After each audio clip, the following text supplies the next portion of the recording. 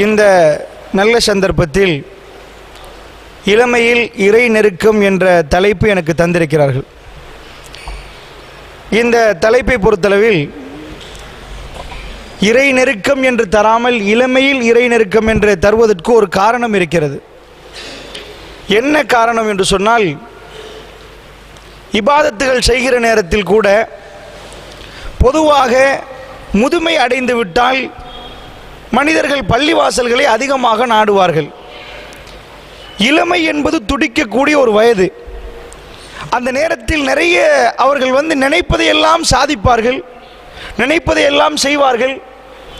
இந்த மாதிரியான நேரத்தில் அவர்களுக்கு கெட்ட ஆசைகள், மிக மோசமான சிந்தனைகள் எல்லாம் அவருடைய கல்விகளுக்கு உருவாகிற நேரத்தில் எல்லாத்தையும் துறந்துவிட்டு அல்லாஹ்வின் பால் ஒரு இளைஞன் மீளுகிறான் என்று சொன்னால், அல்லாஹ்வின் பால் ஒருவன் திரும்புகிறான் என்று சொன்னால், உண்மையாக அல்லாஹ் ரப்புல் ஆலமீனிடத்திலே அவனுக்கு ஒரு பெரிய மரியாதை இருப்பதாக நபிகள் நாயகம் ஸல்லல்லாஹு அலைஹி வஸல்லம் அவர்கள் சொல்கிறார்கள்.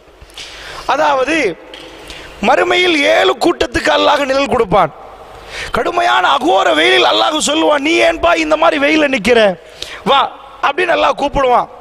அதில் ஒரு சாரார் யார் என்று சொன்னால், ஷாப்புன், ஒரு இளைஞன், அல்லாஹ்வை வணங்கக்கூடிய விஷயத்தில் வணக்க வழிபாடுகளில் அக்கறை செலுத்திய ஒரு இளைஞனை அல்லாஹ் கூப்பிடுவான். அந்த கூட்டத்தை, வா, நீ உன்னுடைய இளமையில் என்னை வணங்கினாய், அதனால் உனக்கு நான் நிழல் தருகிறேன் என்று அல்லாஹ் கூப்பிடுகிறான். அல்லாஹ்வுடைய நல்லடியார்களே, உண்மையாக சொல்ல போனால் இந்த இளமை பருவத்தில் அல்லாஹ்வை நெருங்குவதை விட்டு நம்முடைய பிள்ளைகள், நம்முடைய இளைஞர்கள் காதலிகளை நெருங்குகிறார்கள், சொத்து செல்வங்களை நெருங்குகிறார்கள், நிறைய விஷயங்களை நெருங்குகிறார்கள். அந்த இளைஞர்களுக்கும் மற்றவர்களுக்கும் ஒரு தகவலாக, ஞாபகமூட்டலாகத்தான் இந்த தலைப்பு தெரிவு செய்யப்பட்டிருக்கிறது. அல்லாஹ்வுடைய நல்லடியார்களே, அதாவது இந்த துனியாவை பொறுத்தமட்டில் பேசுகிற நானாக இருந்தாலும் கேட்கிற நீங்களாக இருந்தாலும் கல்புகள் மிக வேகமாக சிதைவு பெறுகிறது. மனிதன் நாவால் பேசுகிற வார்த்தையில் எத்தனை வீதம் உண்மை என்று நினைக்கிற அளவுக்கு துனியா மிக மோசமான ஒரு நிலைமையில் இருக்கிறது. அந்த மாதிரி நிலைமையில் அதிகம் அதிகம் அல்லாஹ்வை பற்றி, அல்லாஹ்வுடைய தூதரை பற்றி, அல்லாஹ்வுடைய இறை நெருக்கத்தை பற்றி, ரஹ்மானோடு நெருங்குவது எப்படி என்பதை பற்றி நாம் நிறைய கதைக்க வேண்டும், நிறைய கேட்க வேண்டும். நம்முடைய கல்விகளை எல்லாம் நிறைய பதம் பார்த்து கொள்ள வேண்டும். அல்லாஹ்வுடைய நல்லடியார்களே, இல்லவென்று சொன்னால் நமக்கு வர இருக்கக்கூடிய மரணம் வேகமாக நம்மளை அடைகிற நேரம், நம்முடைய அக்கவுண்ட் பேலன்ஸை செக் பண்ணி பார்த்தால் மறுமைக்காக வேண்டி நாம் சம்பாதித்தது எது என்று தேடி பார்க்கிற நேரத்தில் நிறைய பாவங்களைத்தான் நாம் சேகரித்து வைத்திருப்போம். நன்மைகளை விட்டும் தூரமாகி இந்த துனியா நம்மளை பாவத்துக்கு அழைக்கிறது.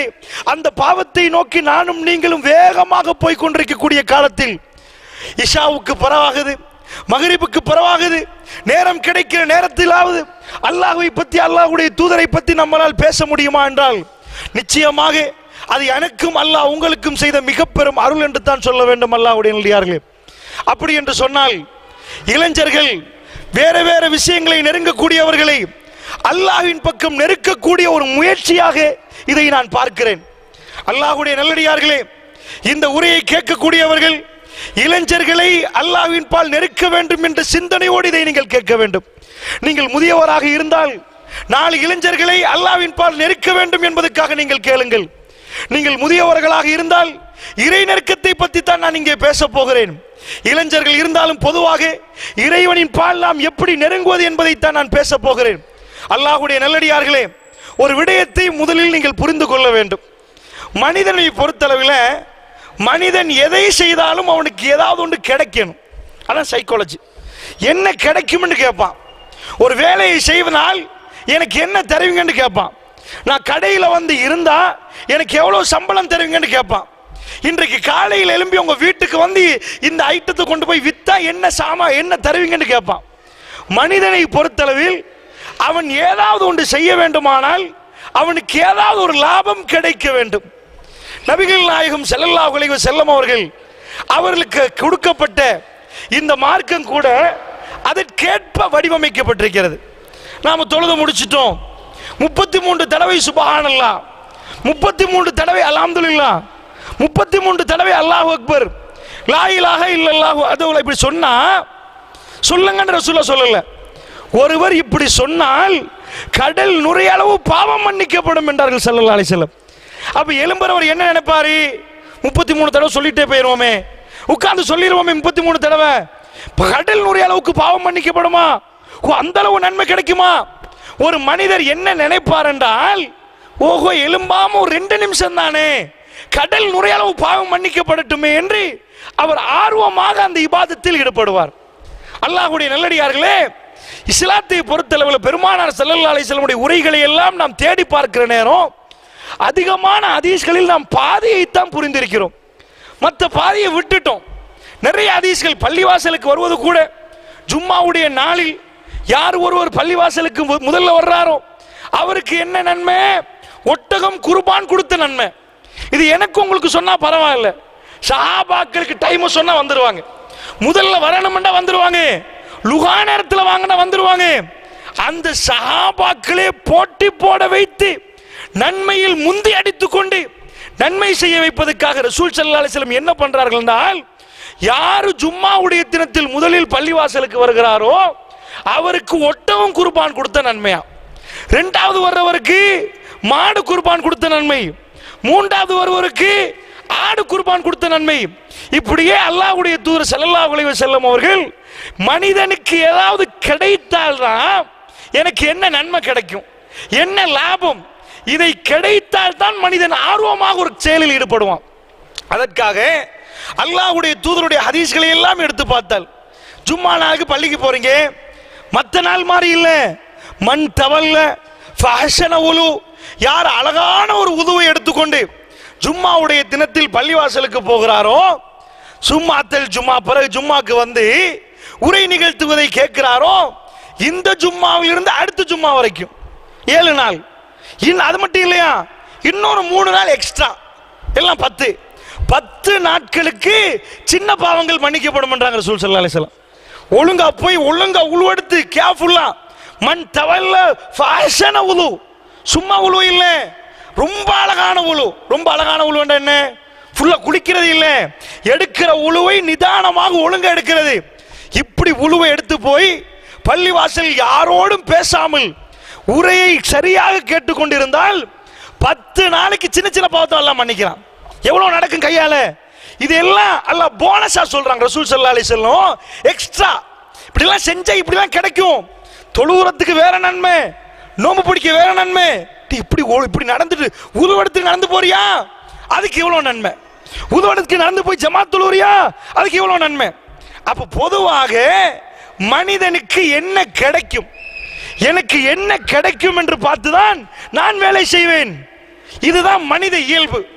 அப்ப அல்லாஹ் ரப்புல் ஆலமீனுடைய நெருக்கம் நமக்கு தேவை என்பதை இளைஞர்களாக இருந்தாலும் முதியவர்களாக இருந்தாலும் இந்த நெருக்கம் கிடைச்சா நமக்கு என்ன லாபம் என்று புரிந்தால்தான் இந்த நெருக்கத்தை நோக்கி நாம் விரைய ஆரம்பிப்போம். இந்த நெருக்கம் கிடைச்சா என்னன்னு எதுவுமே இல்லை மனசுல, சும்மா நெருக்கம் சும்மா ஆகலான்னு போயிடுவான். அந்த நெருக்கம் கிடைச்சா நமக்கு என்ன நடக்கும், நம்முடைய மனசுல என்ன மாற்றம் நடக்கும், எங்க வீட்டில் என்ன அதிசயம் நடக்கும், இதை தெரிந்தால்தான் தேடி வந்து கேட்பான், இறைவனை நெருங்குறது எப்படி, என்ன சிக்கல் பண்ணலாம், என்ன பண்ணினா நெருங்கலாம், அதுக்கு ஏதாவது வழிமுறை சொல்லி தாருங்களேன் என்று இறைவனை நெருங்குவதற்கு ஒரு மனிதன் எப்பொழுது முற்படுவான் என்றால், இறைவனை நெருங்கினால் நமக்கு என்ன நன்மை என்று புரிந்தால்தான் அந்த மாதிரி செய்வான். அதனால் அல்லாஹ்வுடைய நல்லடியார்களே, இந்த குறுகிய நேரத்தில் இறைவனை நெருங்கினால், அல்லாஹ்வை நெருங்கினால் நமக்கு கிடைக்கிற நன்மைகளை சொல்லிவிட்டு அந்த நெருக்கத்தை உருவாக்குவது எப்படி, பெருமானார் எந்த வழியில் உருவாக்க சொன்னார்கள், அது எப்படி அந்த நெருக்கத்தை உருவாக்குவது என்பதை இந்த நேரத்தில் பார்க்கலாம் என்று நினைக்கிறேன். அல்லாஹ்வுடைய நல்லடியார்களே, நபிகள் நாயகம் ஸல்லல்லாஹு அலைஹி வஸல்லம் அவர்கள் ஒரு நாள் பள்ளிவாசலில் இருக்கிறாங்க. ஸஹீஹுல் புகாரியில 602வது செய்தியாக இந்த செய்தி பதிவாகுது.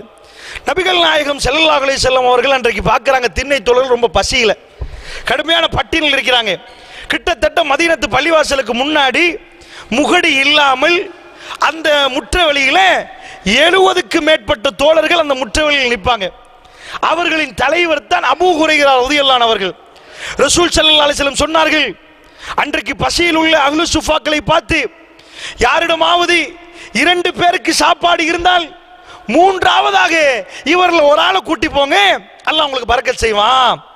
யாருக்காவது 4 பேருக்கு சாப்பாடு இருந்தா 5வது 6வதாக இவங்களை கூட்டிட்டு போங்க. இப்படி என்று பெருமானார் ஸல்லல்லாஹு அலைஹி வஸல்லம் சொல்ல, சஹாபாக்கள் அவங்கள்ட்ட உள்ள உணவை கணக்கு போட்டு ஒவ்வொரு ஆளையும் எடுத்துட்டு போயிட்டாங்க. பெருமானார் ஸல்லல்லாஹு அலைஹி வஸல்லம் 10 பேரை கூட்டி போறாங்க வீட்டுக்கு. அன்னைக்கு அல்லாஹ்வுடைய தூதர் வீட்டில் சாப்பாடு இருந்துச்சு. 10 பேரை கூட்டி போற நேரம் அபூபக்கர் ரலியல்லாஹு அன்ஹு அவர்கள் 3 பேரை கூட்டிட்டு போறாங்க. 3 பேரை கணக்கு போடணும். அதாவது 3வது ஆள் இல்லை, அவரோட சேர்த்து இன்னொரு 3 பேர், எல்லாம் 4 பேர். அப்ப வீட்டில் உள்ள சாப்பாடுல இவங்க 3 பேருக்கு கணக்கு போட்டு பார்க்கறாங்க. 5 பேருக்கு சாப்பாடு இருந்தா 8 பேரை 3 பேர் கூட்டி போலாம் கூடுதலாக. அப்ப நபிகள் நாயகம் ஸல்லல்லாஹு அலைஹி வஸல்லம் சொல்லிட்டாங்களா, வீட்டில் அந்த அளவு பெரிய சாப்பாடு இல்லை. இவர் கூட்டி போயிட்டார். கூட்டி போய் வீட்டில் போய் அவங்க 3 பேரையும் கொடுத்து விட்டுட்டு மகனை கூப்பிடுற, அப்துல் ரஹ்மான் சாப்பாடு கொடுத்துடணும் இவங்களுக்கு, நான் கொஞ்சம் போயிட்டு வானேன். இவர் ஏன் போறாருன்னா அவர் சாப்பிட்டா சாப்பாடு பத்தாது, கொஞ்சம் தான் இருக்குது. அதனால் மகனுக்கு சாட்டிட்டு அவங்க எந்த அளவுக்கு என்றால் அல்லாஹ்வுடைய தூதர் ஒன்று சொன்னா அது எப்படியாவது செய்ய வேண்டும் என்று முடிவெடுத்து 4 பேரை கூட்டி போகணும்னு யோசிப்பாங்க, 3 பேரை கூட்டி போகணும் யோசிப்பாங்க. அந்த மாதிரி சிந்தித்து 3 பேரை விட்டுட்டு இவர் பள்ளிவாசலுக்கு வந்துட்டார். மறுபடி வந்தால் இஷாவுடைய மக்ரிப் தொழுகைக்கு போல தான் கூட்டி போறாங்க. இஷாவுடைய நேரம் நபிகள் நாயகம் ஸல்லல்லாஹு அலைஹி வஸல்லம் அவர்கள் இஷா தொழுந்துட்டு 10 பேர் கூட்டி வந்தாங்களா, அவங்களோட சேர்ந்து அபூபக்கர் எல்லாம் கொஞ்சம் பேர் சாப்பிட்றாங்க. சாப்பிட்டுட்டு அங்கேயே ஓய்வு எடுப்பாங்க. அரபிகளோட வழக்கம், சாப்பிட்டா கொஞ்ச நேரம் ஓய்வு எடுப்பாங்க. அப்படி ஓய்வு எடுத்து விட்டு அங்க இருந்து விட்டு அவர்கள் மறுபடி வீட்டில் திரும்புறாங்க, வீட்டுக்கு போறாங்க. வீட்டுக்கு போனா என்ன சொல்லிட்டு வந்தாங்க, விருந்தாளிகளை கவனிக்கணும், அவங்க சாப்பாடு முடிஞ்சு ஓய்வு எடுக்கிறதுக்கு விடுங்கன்னு சொல்லிட்டு வந்தவர் போன உடனே ஷொக்காகி நிற்கிறாங்க. ஏண்டா விருந்தாளிகளுக்கு சாப்பாடு வைக்கப்படலை. போய் கேட்கிறாங்க, என்ன கூப்பிடுறாங்க மனைவியே, இன்னும் நீங்க சாப்பாடு வைக்கலையா? இல்ல, அவங்க சாப்பிட இயலான்றாங்க, அவங்களுக்கு சாப்பிட முடியாதான், நீங்க இல்லாம அவங்க சாப்பிட மாட்டாங்களாம். இவருக்கு கோபம் வந்துட்டு அவரோட மகன் இதுக்கு முன்னாடியே சொன்னாரு, அப்துல் ரஹ்மான் என்ன சொன்னாரு, எங்க வாப்பா வந்தா விருந்தாளிகள் சாப்பிடாட்டி கடுமையாக என்னோட தான் கோவிப்பார், சாப்பிடுங்களேன்னு கெஞ்சினார். அவங்க சொல்லிட்டாங்க, அபூபக்கர் இல்லாம நாங்க சாப்பிட மாட்டோம், அவர் இல்லாம சாப்பிட மாட்டோம், வீட்டுல அவர் வீட்டுக்காரர் வேணும், அவர் இல்லாம நாங்க மட்டும் சாப்பிட்டு போறதா அப்படின்ட்டாங்க. அதனால இவர் என்ன பண்றாரு, வாப்பா வந்து ஒளிஞ்சிட்டார். அவர் சொல்றாரு, அவர் தான் அறிவிக்கிறார், அதே நான் ஒளிஞ்சிட்டேன், எங்க வாப்பா வந்தாரு அப்துல் ரஹ்மான் அப்படின்னு கூப்பிட்டாரு, நான் ஒளிஞ்சிட்டேன், தெரியும் எனக்கு எப்படியுமே திட்டுவாருன்னு தெரியும், எங்க வீட்டில் வந்தவருக்கு கை அழைக்காமல் அனுப்ப மாட்டோம், அதனால மறுபடி அப்துல் ரஹ்மான்டாரு. அவருக்கு கோபம் முத்திட்டு நான் ஒன்னும் பேசாம ஒளிஞ்சிட்டேன். ஏன் முட்டாளே வாண்டாரு, எப்படி கூப்பிட்டார் என்று சொன்னால், அல்லாஹ் மீது ஆணையாக என் குரல் கேட்டால், என் சப்தம் கேட்டால், உனக்கு கேட்டால் நீ வந்துவிடு என்று சொன்னார். அல்லாஹ் மீது சத்தியமிட்டு சொன்னதனால் நான் முன்னாடி வந்தேன், என் பாப்பா முன்னாடி. கேட்டார், ஏன் சாப்பாடு கொடுக்கவில்லை என்று கேட்டார். உடனே நான் சொன்னேன், அவர்கள்ட்டே கேளுங்கள் என்று சொன்னேன். அவர்கள் சொன்னார்கள், இவர் சாப்பிட சொன்னார், நீங்கள் இல்லாமல் நான் சாப்பிட மாட்டோம் என்று சொன்னோம் என்றார்கள். உடனே அபூபக்கர் ரலியல்லாஹு அன்ஹு அவர்கள் சொன்னார்கள், அவருக்கு வந்த இவ்வளவு நேரமா நீங்கள் எனக்காக பசியில் இருந்தால், இவ்வளவு நேரம் எனக்காக நீங்கள் பசியில் நிற்கிறீர்கள், அதனால் கவலைப்பட்டவராக சொன்னார், அல்லாஹ் மீது ஆணையாக நான் இன்று இரவு சாப்பிட மாட்டேன் என்று சொன்னார். அவர் என்ன சொன்னார், அவர் ஏன் போனார் என்றால் இவர்கள் நல்லா சாப்பிடட்டும் என்ற உணர்வோடு போனார். ஆனால் அவர்கள் என்ன நினைத்தார்கள், வீட்டுக்காரர் இல்லாம சாப்பிட இயலான்னு நினைச்சார்கள். இதனால் வந்தவர் ஆத்திரப்பட்டு, இவ்வளவு நேரமாக எனக்காகத்தானே பசியில் நிற்கிறீர்கள், அதனால் அல்லாஹ் மீது ஆணையாக நான் சாப்பிட மாட்டேன்ட்டார். அல்லாஹ்வுடைய நல்லடியார்களே, என்ன நடக்கிறது, சாப்பிட மாட்டேன்னு சொன்ன உடனே அவர்களும் சத்தியம் பண்ணார்கள், அல்லாஹ் மீது ஆணையாக நாங்களும் சாப்பிட மாட்டோம்டார்கள், நீங்க சாப்பிடாம உங்க வீட்டுக்கு வந்து நாங்கள் சாப்பிடுவதான்னு கேட்டார்கள். உடனடியாக அபூபக்கர் ரலியல்லாஹு அன்ஹு அவர்கள் சொன்னார்கள், சாப்பாடை கொண்டு வாங்கள் என்று சொல்லி தட்டிலே கையை வைத்து பிஸ்மில்லா என்று சொன்னார்கள். அல்லாஹ்வுடைய நல்லடியார்களே, இந்த வரலாறை நான் ஏன் சொல்லுகிறேன் என்று சொன்னதுக்கு பிறகு உங்களுக்கு புரியும். அல்லாஹ்வுடைய நல்லடியார்களே, ஒரு மூமினுடைய கல்வி எப்படி இருக்க வேண்டும் என்று பாருங்கள். தட்டிலே கையை வைத்து சொன்னார்கள் பிஸ்மில்லா என்று சொல்லிவிட்டு, இந்த வல்லாஹி அல்லாஹ் மீது நான் சத்தியமிட்டது, இது ஷைத்தானுடைய தூண்டுதலால் நான் செய்தது என்று நினைக்கிறேன் என்றார்கள். இது நான் அவசரப்பட்டு சொல்லிவிட்டேன், ஷைத்தான் என்னை தூண்டிவிட்டான் என்று சொல்லி பிஸ்மில்லா என்று கையில் வைத்து அந்த சாப்பாடு தட்டிலே கையை வைத்தார்கள். ஏனென்றால் விருந்தாளிகளை கண்ணியப்படுத்துவது ஈமானில் மிக முக்கியமான அம்சம். மன்கானை யுமினு பில்லாஹி வல் யௌமில் ஆகிர் ஃபல்யுக்ரிம் தைஃபஹு, யார் அல்லாஹ்வை மறுமை நம்புகிறார்களோ அவர்கள் விருந்தாளியை சங்கைப்படுத்தட்டும் என்று ரசூல் ஸல்லல்லாஹு அலைஹி சொன்னார்கள். உடனடியாக வைத்து சாப்பாடை எடுத்து, நான் சாப்பிடுகிறேன், அப்பொழுது நீங்கள் சாப்பிடுவீங்க தானே, அப்படியே இறங்கி விட்டார் அபூபக்கர் ரலியல்லாஹு அன்ஹு அவர்கள்.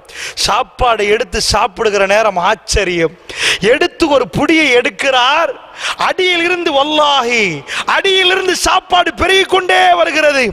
தன்னுடைய மனைவியை கூப்பிடுகிறார், தன்னுடைய மனைவியை கூப்பிட்டு சொன்னார், என்ன நடக்கிறது என்று பாருங்கள். எல்லோரும் பார்க்கிறார்கள், வீட்டுள்ள எல்லோரும் பார்க்கிறார்கள். சஹீஹுல் புகாரியிலே 602வது செய்தி. எடுக்கிற நேரத்திலே சாப்பாடு பல மடங்காக பெருகிக் கொண்டு வருகிறது. அவர்கள் வந்து சொன்னார்கள், கண் குளிர்ச்சி எனக்கு உண்டாக்குறது, நான் வைத்ததை விட 3 மடங்காக பெருகி இருக்கிறது என்று சொன்னார்கள். உடனடியாக மாமூராக சாப்பிட்டு விட்டு சாப்பாடிலே ஒரு பகுதியை ரசூலுல்லாஹ்வுக்கு அனுப்பி வைத்தார்கள். பெருமானார் சாப்பிட்டு முடித்து விட்டார்கள். சாப்பாடு அப்படியே இருந்தது. அபூபக்கர் அப்துர் ரஹ்மான் அவர்கள் சொல்றாங்க, சாப்பாடு அப்படியே இருந்தது. பள்ளிவாசலை ரசூலுல்லாஹ்வுடைய வீட்டில் கொண்டு போய் கொடுத்தார்கள். அப்படியே இருக்க காலையிலே ரசூல் ஸல்லல்லாஹு அலைஹி வஸல்லமோடு ஒப்பந்தம் நடத்திய ஒரு கூட்டம் வந்தார்கள். அன்றைக்கு தான் ஒப்பந்தத்தை முறிக்கிற நாள், தவணையை முறிக்கிற நாள். வந்தால் தவணையை முறித்து விட்டார்கள். முறித்தால் 12 நபர்களாக நாங்கள் கூட்டத்தை போட்டோம். 12 பேரை தலைவராக்கினோம். 12 பேருக்கு பின்னாடி ஒரு கூட்டத்தை போட்டோம். அல்லாஹ் மீது ஆணையாக, அப்துர் ரஹ்மான் ரலியல்லாஹு அன்ஹு சொல்றார்கள், அல்லாஹ் மீது ஆணையாக ஒவ்வொரு தலைவருக்கு பின்னாடி எத்தனை பேர் இருந்தார் என்று நான் எண்ணவில்லை. வல்லாஹி எனக்கு தெரியாது. அந்த கொடுத்த சாப்பாடு, இரவில் கொடுத்த சாப்பாடு காலையில் அப்படி இருந்தது. அந்த 12 கூட்டத்துக்கும் அந்த சாப்பாடை கொடுத்தார்கள். கொடுத்தால் எல்லோரும் சாப்பிட்டார்கள். வல்லாஹி அந்த சாப்பாடு சாப்பிடுவதை நான் கண்களால் பார்த்தேன் என்று சொல்கிறார். அல்லாஹ்வுடைய நல்லடியார்களே, ஏன் இந்த செய்தியோடு நான் ஆரம்பிக்கிறேன் என்று சொன்னால் உங்கள் கவனத்துக்கு கொண்டு வருகிறேன். அல்லாஹ்வுடைய நல்லடியார்களே, அல்லாஹ்வுடைய நெருக்கம் வந்தால் நனையாபுரத்திலிருந்து அல்லாஹ் ரிஸ்க் கொடுப்பான் என்று நம்புறோமே, அந்த நம்பிக்கைக்கு கண்கூடாக வந்த தோழர்களும் அபூபக்கர் சித்திக் ரலியல்லாஹு அன்ஹு அவர்களும் அந்த வீட்டிலே கண்கூடாக பார்த்தார்கள். அல்லாஹ் ரப்புல் ஆலமீன் அந்த ரிஸ்கை நனையாபுரத்திலிருந்து கொடுப்பதாக அல்லாஹ் சொல்லுகிறான். எந்த அடியானை அல்லாஹ் நேசிக்கிறானோ அந்த அடியானுக்கு நனையாபுரத்திலிருந்து அல்லாஹ் ரிஸ்கை கொடுப்பான். எந்த அடியானை, நன்றாக ஒன்றை புரிந்து கொள்ள வேண்டும் அல்லாஹ்வுடைய நல்லடியார்களே, ஒருவர் ஆகோ ஓகோண்டு பறக்கிறார், அதற்காக அல்லாஹ் அவரை நேசித்து விட்டான் என்று தப்பு கணக்கு போட்டுறாதீங்க. பார்த்திருப்பீங்க, சில மனிதர்களை அல்லாஹ் தூக்கி வைப்பான். ஏனால் தூக்கினாதான் கீழே அறுத்துட்டா கீழே உரமா விழுவான். லேசா உழுறனை விட மேல் மாடியிலிருந்து ஒருத்தனை போட்டாதான் வேகமா தலைப்படும். அல்லாஹ்வுடைய நல்லடியார்களே, சில மனிதர்களை நீங்கள் பார்த்திருப்பீர்கள், அவர்கள் ஆடின ஆட்டம் அப்படிப்பட்ட ஆட்டம். தூத்தில் முல்க மந்தஷா வ தன்ஜில் முல்க மிம்மன் தஷா வ துஇஸ்ஸு மன் தஷா வ துஸில்லு மன் தஷா. சில மனிதர்களை அல்லாஹ் அவர்களை கண்ணியப்படுத்துகிறான். சில மனிதர்களுக்கு அல்லாஹ் ஆட்சியை கொடுக்கிறான். சில மனிதர்கள்ட்ட இருந்து அல்லாஹ் ஆட்சியை பறிக்கிறான். சிலர்களுக்கு கண்ணியத்தை கொடுக்கிறான், சிலர்கள்ட்ட கண்ணியத்தை எடுக்கிறான். எல்லாம் அவன் கையிலே. அல்லாஹ்வுடைய நல்லடியார்களே, முன்னாள் அதிபரை பற்றி நீங்கள் பார்த்திருப்பீர்கள். ஜனாதிபதி தேர்தலுக்கு நிற்பதற்கு முன்னாடி அவர் எப்படி பேசினார், எந்த மாதிரி ஆடினார், எந்த நிலைமையில் நின்றார். இந்த நாட்டில் அவரை விட்டால் ஆளை இல்லை என்று சொல்லுகிற அளவுக்கு இந்த நாட்டில் கொடிகட்டி பறந்தார். சில பேர் சிந்திப்பார்கள், இப்படியெல்லாம் அக்கிரமம் பண்ணிக்கொண்டு ஒவ்வொரு நாளும் முன்னேறி கொண்டே போகிறானே, இவ்வளவு பிரம்மாண்டமான சல்லியை அடித்து அங்க வீடு இங்க வீடு அங்க ஹோட்டல் என்று கெட்டுகிறானே, அல்லாவே உனக்கே பொறுப்பு சாட்டுகிறோம் என்று சாட்டினவர்கள் இருப்பீர்கள். அல்லாஹ்வுடைய நல்லடியார்களே, அல்லாஹ் ஏன் இவ்வளவு சொத்துக்களை கொடுத்தான் தெரியுமா? எல்லாத்தையும் கொடுத்து அவ்வளவு சொத்தோடு, செல்வத்தோடு, ஆடம்பரத்தோடு, கௌரவத்தோடு வாழுகிற நேரம் அவனை கொண்டு வந்து நடு சந்தியில் நிப்பாட்டினால் இதுதான் ஆகப்பெரிய வேதனை. ஒரு மனிதனுக்கு எவ்வளவு சந்தோஷம் கிடைத்ததோ அந்த அளவுக்கு கவலை வரும். அல்லாஹ்வுடைய நல்லடியார்களே, அந்த சந்தோஷம் எடுபட்டால் சிரித்தவன் எவ்வளவு சிரித்தானோ அந்த சிரிப்பை அல்லாஹ் எடுத்தால் அவ்வளவு அழுவான். கொஞ்சம் சிரித்தவன் கொஞ்சம் தான் அழுவான், அதிகமாக சிரித்தவன் அதிகமாக அழுவான். அல்லாஹ்வுடைய நல்லடியார்களே, அதனால் நன்றாக புரிந்து கொள்ளுங்கள், அல்லாஹ் ரப்புல் ஆலமீன் ஒருவருக்கு கொடுப்பதனாலேயோ எடுப்பதனால இறை நெருக்கத்தை புரிந்து கொள்ள முடியாது. ஆனால் நினையாப்புறத்தில் இருந்து நினைக்காத நேரத்தில் அல்லாஹ் எனக்கும் உங்களுக்கும் உதவி செய்வான். அல்லாஹ்வுடைய நல்லடியார்களே, நானும் நீங்களும் வீடுகளில் இருந்து சிந்தித்து பார்த்தால், எங்களுடைய வாழ்க்கையை சிந்தித்து பார்த்தால், நினையாப்புறத்திலிருந்து அல்லாஹ்வுடைய உதவிகள் வந்ததை எனக்கும் உங்களுக்கும் உணர்ந்து கொள்ள முடியும். அல்லாஹ்வுடைய நல்லடியார்களே, அப்படி என்றா கொஞ்சம் சிந்திச்சு பாருங்க. இந்த ஹதீஸில் இந்த செய்தியை நாம் பார்க்கிறோம். அல்லாஹ் ஏன் இந்த மாதிரி உணவை பெருக்கி கொடுத்தான்? ஒரு 10 ரொட்டிக்கு 20 ரொட்டி ஆல்ரெடி சல்லியை கொடுக்கலாம் தானே. அல்லாஹ் அபூபக்கர் அவர்களோட நேசத்தை காட்டுறான். அபூபக்கரே, எல்லாருக்கும் 20 ரொட்டி கிடைக்கும், உன் வீட்டில் 5 தான், 5 10 உன் கண்ணு முன்னாடி காட்டுறோம் பாரு, நான் தான் உன் இறைவன். நீ எனக்கு என்னை நம்பி இருக்கிறாய், எனக்காக அத்தனை கொடுத்தாய். இன்றைக்கு 3 பேரை கூட்டி வந்தாய், வீட்டில் சாப்பாடு இல்லாம. உன் எஜமானன் கொடுப்பான் என்பதை நிரூபித்து காட்ட, இறைவன் இருக்கிறான் என்பதை நிரூபித்து காட்ட, இறை நெருக்கத்தை அவர் கல்வியில உணர வைக்க அல்லாஹ் ரப்புல் ஆலமீன் இப்படியான ஏற்பாடுகளை செய்திருக்கிறான். அதனால அல்லாஹ்வுடைய நெருக்கத்தை நாம் பெற்றால் சோதனை வராம இருக்காது, வாழ்க்கையில பிரச்சனை வரும். ஆனா ஒவ்வொரு பிரச்சனையிலும் அல்லாஹ் நமக்கு உதவி செய்து கொண்டே இருப்பான். பிரச்சனை வர்ற நேரத்தில் எல்லாம் கண் கலங்கும். அல்லாஹ்வுடைய உதவி நினையாப்புறத்திலிருந்து வந்து கொண்டே இருக்கும். அந்த உதவிகள் பெற வேண்டுமா? ஒரு நாள் உங்கள் பிள்ளை ஆஸ்பத்திரிக்கு வேகமாக எடுத்து போக வேண்டி வரும், அவசரமான நோய், அவசர சிகிச்சைக்கு எடுத்து போய் வேண்டி வரும். அல்லாஹ் ரப்புல் ஆலமீன் நீங்க அழுது கொண்டே இருப்பீர்கள். அந்த நேரத்தில் உதவி கண் கூடாக நீங்கள் பார்ப்பீர்கள். இந்த உலகத்தில் நீங்க நினைச்சே பார்க்காத விதத்தில் அல்லாஹ் உங்க குழந்தையை காப்பாற்றுவதற்கு அந்த இடத்தில் உங்களுக்கு உதவி செய்திருப்பான். வாழ்க்கையில் ஒவ்வொரு நாளும் ஒவ்வொரு நிமிடமும் அல்லாஹ்வுடைய உதவியை கண்கூடாக பார்த்தவர்கள் இருப்பீர்கள். அல்லாஹ்வுடைய நல்லடியார்களே, அதுதான் இறை நெருக்கம். இந்த நெருக்கத்தோட வாழுகிற நேரம் பிசினஸ் லொஸ்ட் ஆகாதுன்னு யாருக்கும் சொல்ல இயலாது, வீட்டில் மையத்து உழாதுன்னு யாருக்கும் சொல்ல இயலாது. எல்லாம் நடக்கிற மாதிரி நடக்கும். ஆனால் அதைவிட வேகமாக அல்லாஹ்வுடைய உதவி வீட்டுக்கு வந்து சேரும். அல்லாஹ்வுடைய நல்லடியார்களே, நபிகள் நாயகம் ஸல்லல்லாஹு அலைஹி வஸல்லம் காலத்தில் பிறகு நடந்த ஒரு சம்பவத்தை சொல்கிறேன், கேளுங்கள். அதாவது உமர் ரலியல்லாஹு அன்ஹு அவர்கள் ஆட்சியில் இருக்கிறார்கள். அவர்கள் ஆட்சியில் இருக்கிற நேரம் ஸஅத் பின் அபி வக்காஸ் ரலியல்லாஹு அன்ஹு அவர்கள் என்ன பண்றாங்கன்னு சொன்னா, கூஃபாவில் ஆளுநராக நிற்கிறாங்க. அப்படி நிற்கிற நேரம் உமர் ரலியல்லாஹு அன்ஹு அவர்கள் அவங்கள்ட்ட வந்து யாரும் கம்ப்ளைண்ட் பண்ணுவாங்க, ஆட்சி சரியில்லை, ஒழுங்கா நடத்துறாங்க இல்ல, பிரச்சனையை கம்ப்ளைண்ட் பண்ணுவாங்க. கூஃபாவில் இருந்து ஒரு கம்ப்ளைண்ட் வருகுது, ஸஅத் பின் அபி வக்காஸ் ஒழுங்கா தொழுவிக்கிறார் இல்ல, பள்ளிவாசல்ல ஒழுங்கா தொழுகை நடத்துது இல்ல.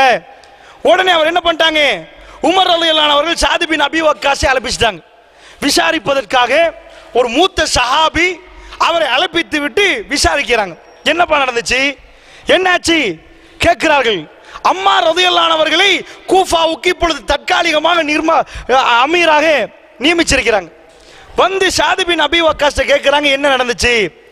அமீருல் முஃமினீன் அவர்களே, ரசூலுல்லாஹ் எப்படி தொழுவார்களோ அதை கூட்டாமல் குறைக்காமல் அப்படியே தொழுவிக்கிறேன். அமீருல் முஃமினீன் அவர்களே, இஷாவுக்கு 2 ரக்காத்து நீளமாக தொழுவிப்பேன், அடுத்த 2 ரக்காத்து சுருக்கமாக தொழுவிப்பேன்.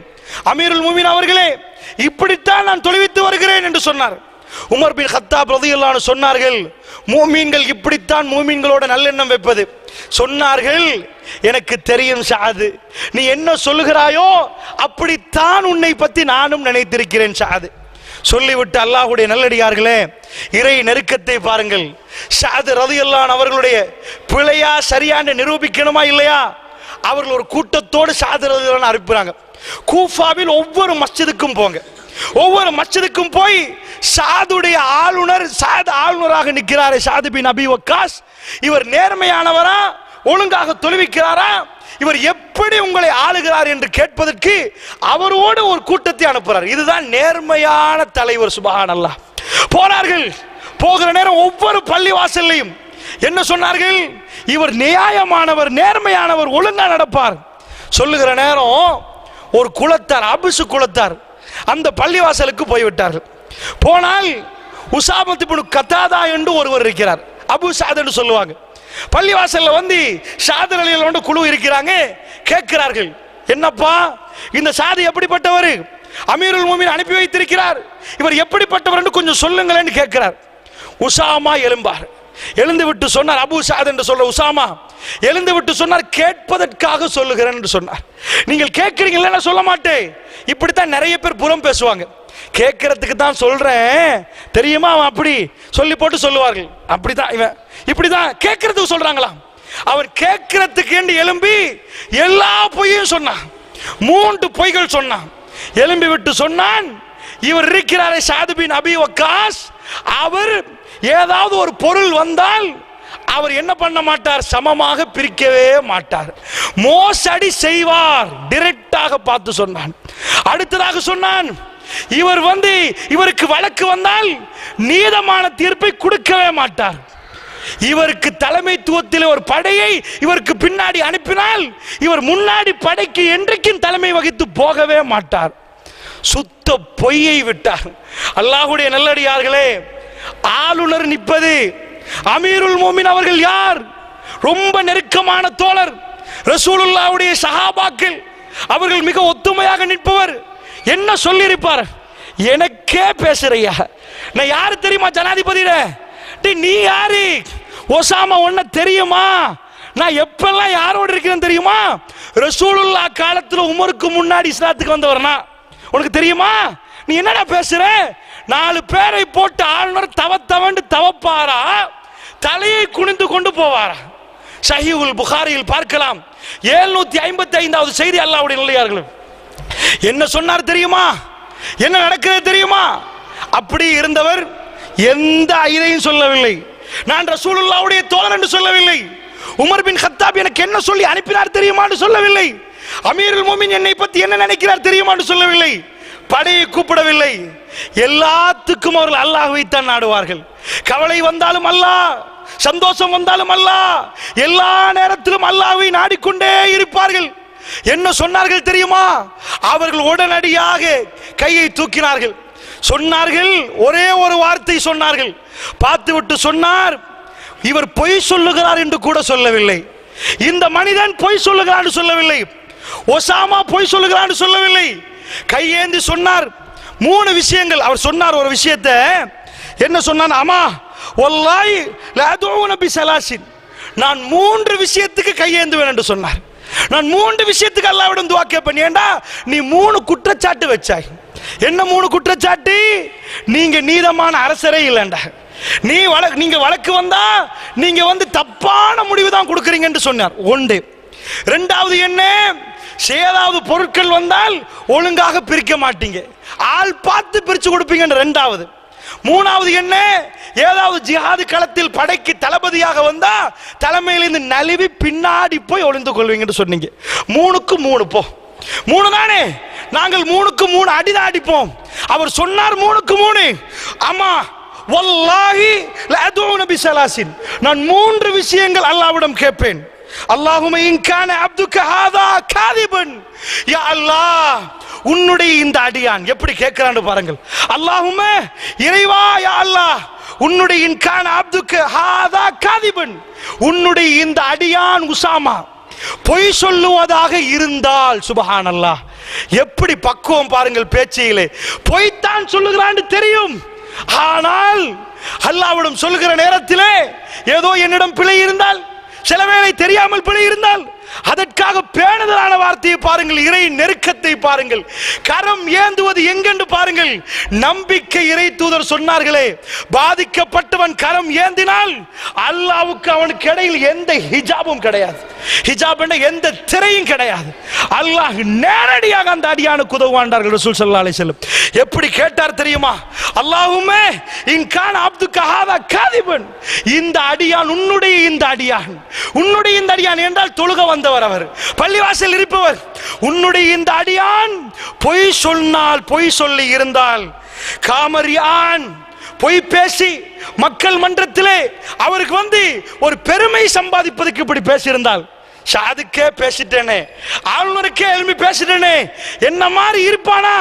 தைரியத்தை காட்டுவதற்கு மக்களுடைய ரியா, அதாவது முகஸ்துதி, மக்களிடம் பாராட்டு பெறுவதற்காக வேண்டி, இறைவா அவர் அப்படி பேசி இருந்தால் எனக்கு தெரியாது, அவர் அப்படி பேசி இருந்தால் என்ன செய்யவிடு, யா அல்லாஹ் அவருடைய வயதை நீளமாக்கி விடு யா அல்லாஹ், அவரை ரொம்ப நெடுங்காலமாக வாழ வைத்து விடியா அல்லாஹ். யோசிப்பீர்கள், என்னப்பா இப்படி ஏசுறார், இப்படி பொய் சொல்லுகிறார், அவருக்கு நீண்ட ஆயுளா?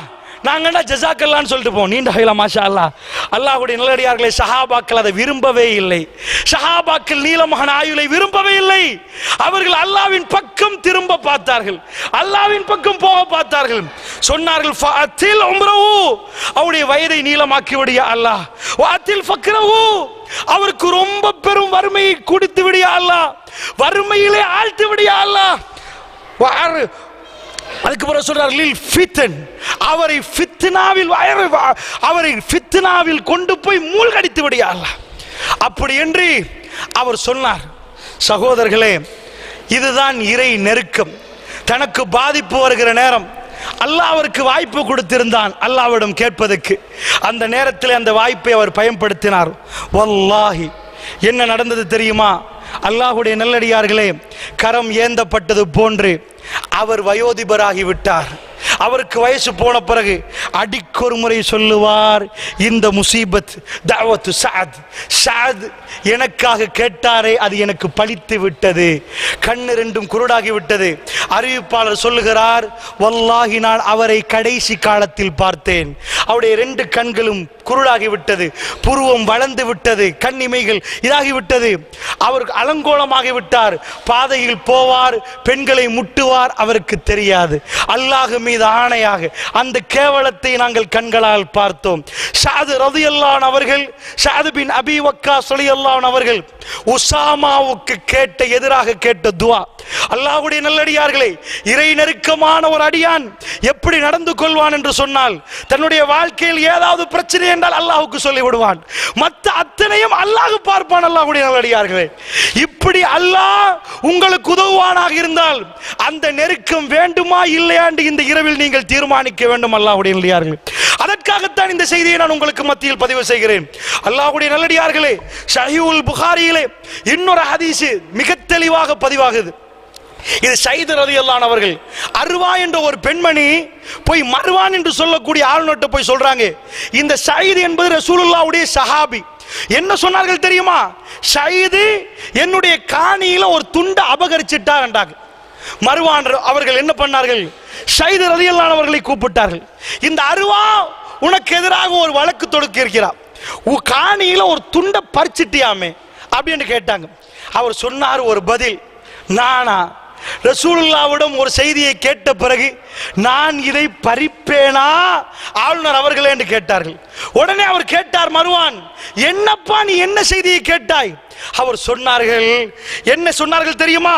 மன் அகத ஷிப்ரன் மினல் அர்தி துதுமன், அநியாயமாக இந்த பூமியில யாராவது ஒரு சாணை பிடுங்கி எடுத்தால், ஒரு சான், ஒரு பர்ச்சேஸ் இல்ல, ஒரு ஏக்கரில் ஒரு சாணை அநியாயமாக அடுத்தவர் சொத்தில் இருந்து ஒரு அடியான் பிடுங்கி எடுத்தால், அநியாயமாக எடுத்தால், அல்லாஹ் என்ன பண்ணுவான் தெரியுமா? 7 பூமிகளை அவருடைய களத்தில் மாலையாக அணிவிப்பான். இந்த செய்தி கேட்ட பிறகு இந்த பொம்பளோட காணியை நான் எடுப்பேனா மர்வான் அவர்கள் என்று கேட்டார்.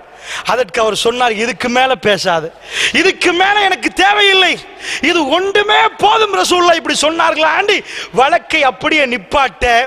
வழக்கில் முடிவை அவர் கேட்கவில்லை. என்ன சொன்னார் தெரியுமா?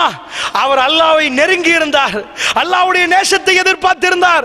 ரசூலுல்லாஹ் சொன்னார், அவருக்கு தெரியும் நீ பாதிக்கப்பட்டால் அல்லாஹ்விடம் கரம் ஏந்து, அல்லாஹ் உனக்கு உதவி செய்வான். அல்லாஹ்வுடைய நெருக்கத்தை மட்டும் பார்த்து கொண்டு என்ன சொன்னார் தெரியுமா? அல்லாஹும்மே, அதே மாதிரி துஆ ஸஅத் பின் அபி வக்காஸ் ரலியல்லாஹு அன்ஹு கேட்ட மாதிரி துஆ ஸைத் ரலியல்லாஹு அன்ஹு அவர்கள் கேட்கிறார்கள். ஸஹீஹுல் புகாரியில் இந்த செய்தி பதிவாகுது. அல்லாஹும்ம இன் கானத் காதிபத், இந்த பெண் பொய் சொன்னால் யா அல்லாஹ், இந்த பெண் பொய் சொல்வதாக இருந்தால், பொய் என்று சொல்லவில்லை, இந்த பெண் சொல்வது பொய்யாக இருந்தால் ஃபஅமி பஸரஹா, யா அல்லாஹ் இவருடைய பார்வையை எடுத்து விடு யா அல்லாஹ், குருடாக்கி விடு யா அல்லாஹ். என்ன பண்ணிரு தெரியுமா? ஃபக்துலஹா, அவருடைய வீட்டிலேயே இவளை கொண்டு விடு யா அல்லாஹ், அந்த வீட்டிலேயே இவளை மௌத்தாக்கி விடு யா அல்லாஹ் என்று கேட்டார். அல்லாஹ்வுடைய நல்லடியார்களே, காலம் உருண்டோடுகிறது. அந்த பெண் கண் ரெண்டும் குருடாகிவிட்டது. சகோதரர்களே, நான் சொல்லுவது சஹீஹுல் புகாரிலிருந்து சஹீயான சனதோடு தேர்ந்தெடுக்கப்பட்ட செய்திகள், இந்த உம்மத்தின் நம்பிக்கைக்குரிய ஹதீசுகள். நன்றாக புரிந்து கொள்ளுங்கள் அல்லாஹ்வுடைய நல்லடியார்களே. இந்த பெண் என்ன அறிவிப்பாளர் சொல்லுகிறார், இந்த பெண்ணுடைய இறுதி காலத்தில் சுவர்களை தொட்டு தொட்டு நடப்பாள். கண்கள் இரண்டும் குருடாகிவிட்டது. அடிக்கொரு முறை சொல்லுவாள், ஷஹீது எனக்கு கேட்ட துவா பலித்து விட்டது. சொல்லிக்கொண்டே ஒரு நாள் வீட்டிலே அங்கும் இங்குமாக திரிந்து கொண்டு வெளியிலே போகிற நேரம் பாலடைந்த ஒரு கிணறு அவருடைய தோட்டத்திலே, அந்த கிணத்திலேயே விழுந்து செத்து விட்டாள். அல்லாஹ்வுடைய நல்லடியார்களே, எந்த தோட்டத்தில் எந்த காணியில் ஷஹீத் அவர்கள் பறித்தார்கள் என்று அந்த பெண்மணி சொன்னாலோ அதே காணியில் அல்லாஹ் இறுதி மூச்சை எடுத்து விட்டான். அல்லாஹ்வுடைய நல்லடியார்களே, துஆவுக்கு அஞ்சு கொள்ளுங்கள். பாதிக்கப்பட்டவன் துஆ கேட்டால், அல்லாஹ்வுக்கு நெருக்கமான அடியானாக அவர் இருந்தால், அல்லாஹ் அவரை இறுக கட்டி பிடித்து அவர் கேட்கக்கூடிய துஆக்களுக்கெல்லாம் அல்லாஹ் என்ன செய்வாண்டால் பதில் கொடுப்பான். அல்லாஹ்வுடைய நல்லடியார்களே, அதனால் சொல்லுகிறேன், இப்படி ஏராளமான செய்திகளை நாம் பார்க்கலாம். எப்படி இறைவனை நெருங்குவது என்பதை சொல்வதற்கு முன்னாடி இன்னொரு செய்தியும் சொல்கிறேன். ஜாபிர் ரலியல்லாஹு அன்ஹு அவர்கள், ஜாபிர் இப்னு அப்துல்லாஹ் ரலியல்லாஹு அன்ஹு அவர்கள், அவங்களுடைய வாப்பா பேர் அப்துல்லா, கூப்பிடுகிறார். உஹது நாள் ராத்திரி மிக உருக்கமாக பேசுகிறார். என்ன சொன்னார் தெரியுமா? மூமினுடைய கல்புகளுக்கு அல்லாஹ் உதிக்க செய்வான் சில விஷயங்களை. அல்லாஹ்வுடைய நல்லடியார்களே, உஹது ராத்திரி இருந்து கொண்டு மகனை கூப்பிடுகிறார். ஜாபிர், உனக்கு ஒரு விஷயம் சொல்ல இருக்கிறது. ஜாபிர் கூப்பிட்டு விட்டு பக்கத்திலே வந்து ஜாபிரிடம் சொன்னார், நாளைக்கு உஹது யுத்தம் நடப்பேற இருக்கிறது. நாளைக்கு யுத்தம் நடக்கும். அந்த யுத்தத்திலே அஸ்ஹாபு நபி ஸல்லல்லாஹு அலைஹி வஸல்லம் ரசூலுல்லாஹ்வுடைய தோழர்கள் கொலை செய்யப்பட்டால், அந்த கொலை செய்யப்படுகிற பட்டியலில் முதலில் உன்னுடைய தகப்பன் அப்துல்லா, நான் தான் கொலை செய்யப்படுவேன் நினைக்கிறேன் ஜாபிர். அப்படி எனக்கு என்னமோ தெரியவில்லை, நினைச்சு கொண்டே இருக்கிறேன் ஜாபிர், என் உள்ளத்தில் அப்படி தோண்டிக் கொண்டிருக்கிறது. ஜாபிர், உனக்கு ஒரு விஷயம் சொல்கிறேன். என்ன விஷயம் தெரியுமா? ரசூலுல்லாஹ்வுக்கு அடுத்தபடியாக நான் விட்டு செல்லக்கூடிய மிக கண்ணியமான மனிதன் நீதான் ஜாபிர், என்னுடைய மகன். உன்னை மிக கண்ணியமாக நான் வளர்த்து விட்டேன், மிக கண்ணியமாக நீ இருக்கிறாய். ஜாபிர், எனக்கு இன்னாருக்கு இவ்வளவு கடன், இன்னாருக்கு இவ்வளவு கடன். நாளைக்கு என்னுடைய உயிர் பிரிந்தால், நாளைக்கு நான் இந்த உலகத்தை விட்டு போனால், மகனை கூப்பிட்டு வாப்பா பேசுகிறார். இறை நெருக்கத்தையும் இறைவனோடு உள்ள அன்பையும் பாருங்கள் அல்லாஹ்வுடைய நல்லடியார்களே. நாளை நான் பிரிந்தால் என்னுடைய கடனை நீ அடைக்க வேண்டும், உன்னுடைய தங்கச்சிமார்களை நன்றாக பார்க்க வேண்டும் ஜாபிர். சுப்ஹானல்லாஹ். அவருடைய ஹதீஸ், அவருடைய பற்றி உங்களுக்கு நான் சொல்ல வேண்டிய தேவையில்லை. அதுக்கு ஹதீஸ் எல்லாம் நீங்கள் பார்த்திருப்பீர்கள். ஒரு போர்க்களத்திலே ரசூல் ஸல்லல்லாஹு அலைஹி வஸல்லம் அவர்கள் போறார்கள். போர்க்களத்திலே முடிந்து பின்னாடி ஜாபிர் வருகிறார். ரசூல் ஸல்லல்லாஹு அலைஹி வஸல்லம் அவர்கள் போய் ஜாபிருடைய ஒட்டகம் அப்படியே படுத்து கொண்டிருக்கிறது. எழுப்பாட்டுகிறார், எழும்புது இல்லை. கிட்ட போய் கூச்சம் காட்டினார்கள் ரசூல் ஸல்லல்லாஹு அலைஹி வஸல்லம். அரபிகளுக்கு அது தெரியும், ஒரு ஒட்டகம் அடம் பிடிக்கிற நேரம் அதை எப்படி எழுப்ப வேண்டும் என்று தெரியும்.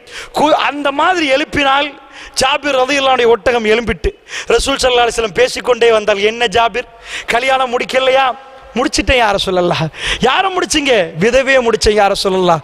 ஏனப்பா, ஒரு கன்னி பெண்ணை முடிக்கலாம் தானே அப்பா, ஏனப்பா விதவையை முடிச்சிங்க? ரசூல் ஸல்லல்லாஹு அலைஹி வஸல்லம் ரொம்ப அற்புதமாக இளஞ்சர் ஜாபிர் ரலியல்லாஹு அன்ஹு அவர்கள் வயசாளி இல்லை, ஒரு இளமை பருவத்தில் உள்ளவர் கேட்கிறார். கல்யாணத்தை பற்றி தானே பேசலாம் அவரோடு. அவர் சொன்னார், யார சொல்லலாம், எனக்கு சின்ன சின்ன தங்கச்சிமார்கள், நானும் ஒரு குமரம் முடிச்சிட்டேன்டா, இதுவள் எல்லாரும் சேர்ந்து விளையாடுவார்கள், அவர்களை பார்ப்பதுக்கு ஒரு ஆள் தேவைத்தானே யார சொல்லலாம். ஆனால் அவர் வாயால் சொல்லவில்லை, தகப்பன் சொன்ன செய்தி. அல்லாஹ் மீது ஆணையாக அவர் ஏன் விதவையை முடித்தார் தெரியுமா? உஹது ராத்திரி ரசூலுல்லாஹ், உஹது ராத்திரி அப்துல்லா சொன்னார் தன்னுடைய தகப்பன், மகனே, உன்னுடைய சகோதரிகளை நீ பார்க்க வேண்டும், நன்றாக பார்த்துக்கொள், பாப்பா மௌத்தான நல்லாக பார்க்கணும் என்ற அந்த செய்தியை காதில் எடுத்தவர் தான் விதவையை முடித்துவிட்டு கன்னியை விட்டுவிட்டு என் தங்கச்சிமார்களை பார்க்க வேண்டும் என்பதற்காக விதவையை முடித்தார். அல்லாஹ்வுடைய நல்லடியார்களே, அந்த இரவிலே என்ன சொன்னார் தெரியுமா? சொல்லிவிட்டு சொன்னார், எல்லாத்தையும் கண்களை முடித்து சகோதரியை நன்றாக, சகோதரிமார்களை நன்றாக பார்த்து விடு ஜாபிர் சொல்லிவிட்டார். காலையில் உதயமாகிறது. அல்லாஹ் நசீபாக்கப்பட்ட அந்த யுத்தம் உஹது மலையிலே அந்த யுத்தம் அரங்கேற ஆரம்பிக்கிறது. அல்லாஹ் மீது ஆணையாக யுத்தத்திலே முதலாக உயிர் பிரிகிறது அப்துல்லாஹ் ரலியல்லாஹு அன்ஹு அவர்கள். ஜாபிர் ரலியல்லாஹு அன்ஹுடைய வாப்பா அவருடைய கல்வில் நேற்று இரவு உதித்த உதிப்பு. சஹாபாக்களில் கொலை செய்யப்படுகிற பட்டியலில் ஜாபிர் என்னுடைய மகனே, நான் முதலாவதாக இருப்பேன் என்று நான் உணர்கிறேன், என் எண்ணம் வந்து கொண்டே இருக்கிறது ஜாபிர் என்று சொன்னாரே. அல்லாஹ் மீது ஆணையாக சஹீஹுல் புகாரியில் இந்த செய்தியை பார்க்கலாம். சஹாபாக்கள் சொல்லுகிறார்கள், அப்துல்லா ரலியல்லாஹு அன்ஹு அவர்கள் ஜாபிருடைய வாப்பாதான் உஹது களத்தில் முதலில் கொலை செய்யப்பட்டவர். உஹது களத்தை பற்றி பேசுவதற்குரிய நேரம் இல்லை. இது அல்லாஹ்வுடைய நல்லடியார்களே, ரொம்ப டென்ஷனான நேரம். உஹது களத்திலே மிக டென்ஷனான நேரம். ரசூலுல்லாஹ்வுக்கு கிட்ட காஃபிர்கள் வந்த நேரம். ரசூலுல்லாஹ்வுடைய பல்லையின் நெற்றியையும் பதம் பார்த்த யுத்தம், மூர்ச்சையிட்டு ரசூலுல்லாஹ் கீழே விழுகிற யுத்தம், சஹாபாக்கள் மிக வேகமாக போராடுகிற யுத்தம். அல்லாஹ்வுடைய நல்லடியார்களே, அந்த யுத்தத்திலே இறுதியிலே கபரை தோண்டினால் அந்த இரத்தத்தோடையே ரசூல் ஸல்லல்லாஹு அலைஹி வஸல்லம் அவர்கள் வேகமாக ஒரே கஃனில் 2 பேரை போடுவார்கள். அப்படியே கபரை தோண்டுவார்கள். 2 3 என்று கபர்களில் அடக்கம் செய்யப்பட்டார்கள். ஜனாசா தொழுவிக்கப்படவில்லை. அல்லாஹ்வுடைய நல்லடியார்களே, யார் ஜனாசா அந்த நேரத்திலே பலர்களுக்கு ஜனாசா தொழுவிக்கப்படவில்லை. 70 அதாவது 8 வருடங்களுக்கு பிறகு ரசூல் ஸல்லல்லாஹு அலைஹி வஸல்லம் அவர்கள் மௌத்தாகுவதற்கு கொஞ்ச நாட்கள் எஞ்சிருக்கிற நேரம் தான் ரசூலுல்லாஹ் உஹதுக்கு வருவார்கள். வந்துவிட்டு ஜனாசா தொழுவிப்பார்கள். ஸல்லல்லாஹு அலைஹி வஸல்லம் அவர்கள் சஹாபாக்கள் சொன்னார்கள், ரசூலுல்லாஹ் எங்களை விட்டு பிரிவது போன்று இருக்கிறது இந்த தொழுகை. வல்லாஹி ரசூலுல்லாஹ் பிரிய போகிறார்கள். அதற்காகத்தான் அந்த ஜனாசா 8 வருடங்களுக்கு பிறகு தலையிலே ஒரு புடவையை கட்டினார்கள். இறுக கட்டி தண்ணியை ஊத்தினார்கள். உஹது மக்களுக்கு நான் தொழுவிக்கவில்லை, உஹதில் கொலை செய்யப்பட்டவர்களுக்கு என்னுடைய ஜனாசா தொழுகை கிடைக்க வேண்டும் என்பதற்காக அந்த பாக்கியை நிறைவேற்றினார்கள். சகோதரர்களே, நான் சொல்ல வந்த செய்தி என்ன தெரியுமா? அப்துல்லா அவர்கள் அந்த யுத்தத்திலே மௌத்தாகி விட்டார்கள், ஷஹீதாக்கி விட்டார்கள். ஜாபிர் ரலியல்லாஹு அன்ஹு அவர்கள் அந்த யுத்தத்திலே கபர்களில் 2 3 என்று போடப்பட்ட காரணத்தினால் அப்துல்லா அவர்களும் இன்னொருவரும் சேர்ந்துமே அடக்கம் செய்யப்பட்டார்கள். ஜாபிர் ரலியல்லாஹு அன்ஹு அவர்கள் தான் அடக்கினார்கள். ஆனால் அடக்கிவிட்டு போன பிறகு அவருடைய கல்விலே நிம்மதி இல்லை. என் வாப்பாவை தனியாக ஒரு கபரில் அடக்கணுமே, தனியாக அடக்கணுமே, இருவரோடு சேர்ந்து அடக்கிவிட்டோமே. அவருக்கு அந்த டென்ஷனில் புரியவில்லை.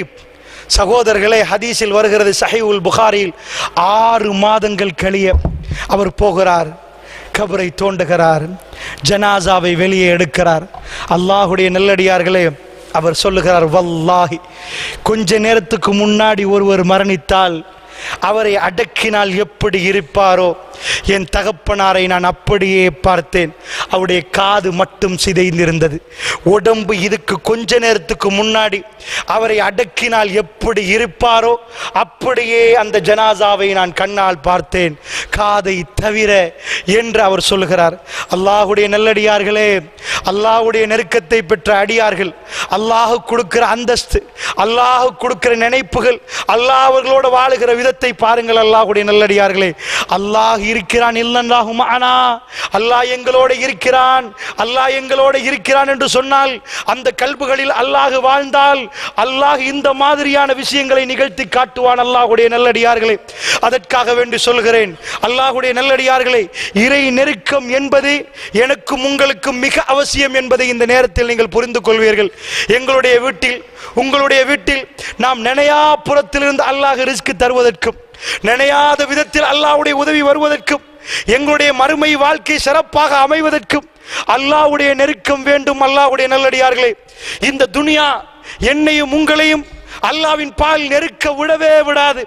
இந்த ஷைத்தான் சிராத்துல் முஸ்தகீம்ல வந்து உட்கார்ந்து, நேரான பாதையில் வந்து உட்கார்ந்து என்னையும் உங்களையும் வழிகெடுப்பதற்கு ஏராளமான திட்டம் தீட்டுவான். அல்லாஹ்வுடைய நல்லடியார்கள், அப்படி என்று சொன்னால் ஒரு அடியான் அல்லாஹ்வை நெருங்குவது எப்படி, அந்த நெருக்கத்தை உண்டாக்குவதற்காக இந்த தலைப்பு போடப்பட்டு இருந்தால் அந்த நெருக்கத்தை பெறுவது எப்படி என்பதை இந்த நேரத்தில் நானும் நீங்களும் சிந்தித்து பார்க்க வேண்டும். அல்லாஹ்வுடைய நல்லடியார்களே, நாயகம் ஸல்லல்லாஹு அலைஹி வஸல்லம் அவர்கள் சொன்னார்கள், அல்லாஹ் சொன்னதாக சொன்னார்கள், ஹதீஸுல் குதுசி இது ஹதீஸு நபவி, ரசூலுல்லாஹ் சொன்னதல்ல.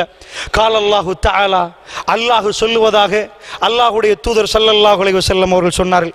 ஒரு அடியான் என்னை நெருங்க வேண்டும் என்று ஆசைப்படுகிறான், என் பக்கத்திலே வர வேண்டும் என்று ஆசைப்படுகிறான். அவன் ஆசைப்பட்டு நிறைய காரியங்கள் செய்கிறான். அவன் என்னை நெருங்க வேண்டும் என்று சொன்னால் அவன் முதலில் செய்ய வேண்டிய காரியம் என்ன தெரியுமா? கடமையாக்கப்பட்ட தொழுகை அவன் தொழ வேண்டும். அதன் மூலமாக ஒரு அடியான் என்னை நெருங்கி விடுவான். நாயகம் ஸல்லல்லாஹு அலைஹி வஸல்லம் அவர்கள் சொல்லிவிட்டு சொன்னார்கள், ஒரு அடியான் கடமையாக்கப்பட்ட தொழுகையை தொழுந்து விட்டு உபரியான வணக்க வழிபாடுகளில் ஈடுபட்டு கொண்டே இருக்கிற நேரத்தில் திடீர் என்று அல்லாஹ்வுடைய நெருக்கம் அவனை சூழ்ந்து கொள்ளும். அல்லாஹ் அவனை நேசிக்க ஆரம்பித்து விடுவான். அலா இன்ன அவுலியா அல்லாஹ் லா கௌஃபுன் அலைஹிம் வலா ஹும் யஹ்ஸனூன். அல்லாஹ்வுடைய நேசராக அவர் மாறிவிட்டால் அவருக்கு எந்த பயமும் எந்த கவலையும் இந்த உலகத்தில் இருக்காது. அல்லாஹ்வுடைய நல்லடியார்களே, அல்லாஹ்வுடைய நல்லடியார்களே, ஒரு அடியானுக்கு அல்லாஹ்வுடைய நேசம் எப்பொழுது வருமாம்? அவன் கடமையான தொழுகையை நிறைவேற்றணுமாம். அப்பொழுது அடியான் அல்லாஹ்வை நேசிப்பானாம். நேசித்துக் கொண்டே இருக்கிற நேரம் உபரியான வணக்க வழிபாடுகளில் அடியான் ஈடுபடுவானாம். தர்மம் கொடுப்பானாம், நினையாது யாருக்கும் தெரியாமல் தர்மம் கொடுப்பானாம். யாருக்கும் தெரியாமல் அனாதைகளை பார்ப்பானாம். யாருக்கும் தெரியாமல் தொழுவானாம். யாருக்கும் தெரியாமல் தனிமையிலிருந்து அல்லாஹ்வை நினைத்து அழுவானாம். இந்த நேரத்தில் ரசூலுல்லாஹி ஸல்லல்லாஹு அலைஹி வஸல்லம் அவர்கள் சொன்னார்கள், ஸஹீஹுல் புகாரியில் வருகிறது, திடீர் என்று அல்லாஹ்வுடைய நேசம் அவன் பால் வந்து விடுமாம். அல்லாஹ்வை நேசித்து விட்டால் ரசூலுல்லாஹ் சொன்னார்கள், திடீர் என்று தான் அல்லாஹ்வுடைய நேசம் வரும். அந்த அடியான் வணக்க வழிபாடுகளில் ஈடுபட்டு கொண்டே இருப்பான். எதுவரைக்கும் தெரியுமா? ஹத்தா உஹிப்பு, அல்லாஹ் அவரை நேசிக்கும் வரைக்கும் அந்த அடியான் அப்படி நஃபிலான வணக்கங்களில் ஈடுபட்டு கொண்டிருப்பான். அதற்கு அர்த்தம் இரவு முழுக்க தொழுவது என்றில்லை. அல்லாஹ்வுடைய நல்லடியார்களே, நஃபிலான வணக்கம் என்று சொன்னால் தொழுகை மட்டும் என்று நினைத்து விடக் கூடாது. அல்லாஹ்வுடைய நல்லடியார்களே, ரசூலுல்லாஹ்வுடைய பள்ளிவாசலுக்கு ஒருவர் வந்தார். தாடியிலே தண்ணீர் தட்டினார். சஹாபாக்கள் அமர்ந்திருக்க நாயகம் ஸல்லல்லாஹு அலைஹி வஸல்லம் சொன்னார், அவரை பார்த்துக் கொள்ளுங்கள், அவர் சொர்க்கவாசி என்றார். சஹாபாக்கள் பார்த்தார்கள், என்ன இவர் யார்?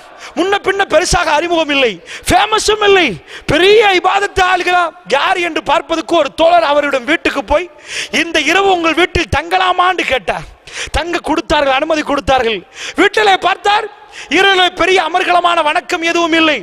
என்னப்பா இவர் சொர்க்கவாசி என்று ரசூலுல்லாஹ் சொன்னார்களே, என்ன என்று பார்த்தால் அல்லாஹ்வுடைய நல்லடியார்களே, தாய் தகப்பனுக்கு அவர் செய்த பணிவிடை, அற்புதமாக தாயின் தகப்பனையும் அவர் பார்த்த விதம், அல்லாஹ் அவருக்கு சொர்க்கத்தை கொடுக்க போதுமாக இருந்தது. அல்லாஹ்வுடைய நல்லடியார்களே, உபரியான விஷயங்கள் என்று சொல்லுவது தொழுகை, சுன்னத்து தொழுகை, 4 ஜிக்ர் என்றதை மட்டும் நினைத்து விடாதீர்கள். அல்லாஹ்வுடைய நல்லடியார்களே, அனர்த்தம் வருகிற நேரம், வெள்ளம் வருகிற நேரம், ஒரு சமூகம் பாதிக்கப்படுகிற நேரம், நீங்கள் சாப்பாடுகிற சாப்பாட்டிலே ஒரு சாப்பாடு பார்சலை கொண்டு போய் கொடுத்தாலும் அது உபரியான வணக்கம். அல்லாஹ்வுடைய நல்லடியார்களே, உங்களுடைய தாய் தகப்பன் வேதனையில் துடிக்கிற நேரம், அவர்கள் ஆசா பாசங்களை நிறைவேற்றுகிற நேரம், அதுவும் உபரியான வணக்கம். அல்லாஹ்வுடைய நல்லடியார்களே, இந்த மாதிரியான வணக்க வழிபாடுகளில் ஈடுபட்டு கொண்டிருக்கிற நேரம், ஒரு அடியான் சிரித்து இன்னொரு அடியானோடு பேசுகிற நேரம், இது உபரியான வணக்கம். அல்லாஹ்வுடைய நல்லடியார்களே, உதவி செய்வது, கஷ்டப்படுகிற மக்களை பார்ப்பது, தொழுவது, தஹஜ்ஜுதில் தொழுவது, அல்லாஹ்விடம் துஆ கேட்பது, இது அத்தனை உபரியான வணக்கம். இந்த மாதிரியான வணக்க வழிபாடுகளில் ஈடுபட்டு கொண்டிருக்கக்கூடிய நேரம், அது எந்த நேரம் என்று யாருக்கும் சொல்ல முடியாது. திடீர் என்று அல்லாஹ்வுடைய இரக்கம், அல்லாஹ்வுடைய நேசம் அந்த அடியானை சூழ்ந்து கொள்ளும் என்றார்கள் ரசூலுல்லாஹி ஸல்லல்லாஹு அலைஹி வஸல்லம். அல்லாஹ் அதை டைரக்டாக சொன்னதாக சொன்னார்கள், நான் சொல்லவில்லை, அல்லாஹ் சொன்னான். அப்படி இருக்கிற நேரத்தில் நான் என் அடியானை திடீரென்று நேசிக்க ஆரம்பிப்பேன். அப்படி ஒரு நேசம் வந்தால் ரசூலுல்லாஹ் சொன்னார்கள், அந்த அடியான் கையேந்தினால் வெறும் கையாக அல்லாஹ் நிச்சயமாக அனுப்ப மாட்டான். அந்த அடியான் உதவி தேடினால் அல்லாஹ் நிச்சயமாக பாதுகாப்பு கொடுப்பான். அந்த அடியானை அல்லாஹ் கைவிட மாட்டான் என்றார்கள் ஸல்லல்லாஹு அலைஹி வஸல்லம். அல்லாஹ்வுடைய நல்லடியார்களே, அந்த பொருத்தமான அல்லாஹ்வுடைய ரப்புக்கு மிக பொருத்தமான அந்த அடியாராக நானும் நீங்களும் இருக்கக்கூடாதா என்று கல்வி ஏங்கி தவிக்கும். இந்த துனியா விடாது அல்லாஹ்வுடைய நல்லடியார்களே. இந்த துனியாவோடு தான் எனக்கும் உங்களுக்கும் ஒரு போராட்டம் இருக்கிறது. இறைவனை நெருங்க வேண்டுமென்றால் துனியாவை கொஞ்சம் தூரமாக்கி விட வேண்டும். அல்லாஹ்வுடைய நல்லடியார்களே, இந்த துனியா என்னையும் உங்களையும் பிடித்துக் கொள்ள பார்க்கும்.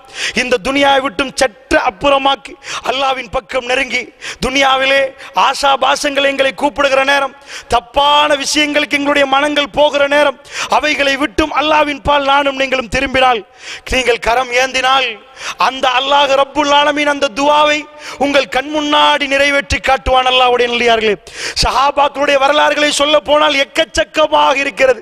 அவர்கள் கேட்ட துஆக்களை எல்லாம் அல்லாஹ் எப்படி எல்லாம் அங்கீகரித்தான் தெரியுமா? ஸஅத் பின் முஆத் ரலியல்லாஹு அன்ஹு அவர்கள் அந்த கபருக்கு போய் ரசூல் ஸல்லல்லாஹு அலைஹி வஸல்லமுடைய கண்கள் கனங்கிறது, கண்ணீர் ஓடுகிறது. அந்த அளவுக்கு நெருக்கமான தோழர் ஸஅத் பின் முஆத்.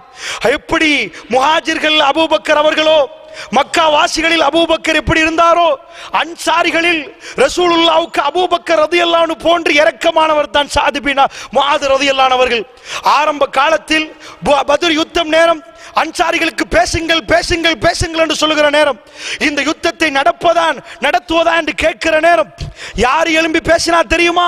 இந்த ஸஅத் பின் முஆத் ரலியல்லாஹு அன்ஹு எழும்பி பேசினார்கள். அபூபக்கர் அவர்கள் பேச, உமர் அவர்கள் பேச, ரசூலுல்லாஹ் சொன்னார்கள், இல்லை எனக்கு இன்னும் பேசுங்கள் என்று சொன்னார்கள்.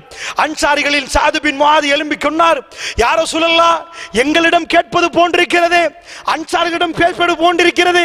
யா ரசூலல்லாஹ், நீங்கள் மலைக்கு மேல் ஏறி குதியுங்கள் என்றாலும் இந்த அன்சாரிகள் குதிப்பார்கள். யா ரசூலல்லாஹ், நீங்கள் உங்களுக்கு வாக்கு கொடுத்திருக்கிறோம் உங்களை பாதுகாப்போம் என்று. மதீனாவில் மட்டுமல்ல, மதீனாவுக்கு வெளியில் உங்களை பாதுகாப்போம் யா ரசூலல்லாஹ். அல்லாஹ்வுடைய தூதரே, உங்களுக்கு எதுவும் நடக்க விட மாட்டோம் யா ரசூலல்லாஹ். இந்த பத்ர் களத்தில் நாங்கள் ஓட மாட்டோம் யா ரசூலல்லாஹ்.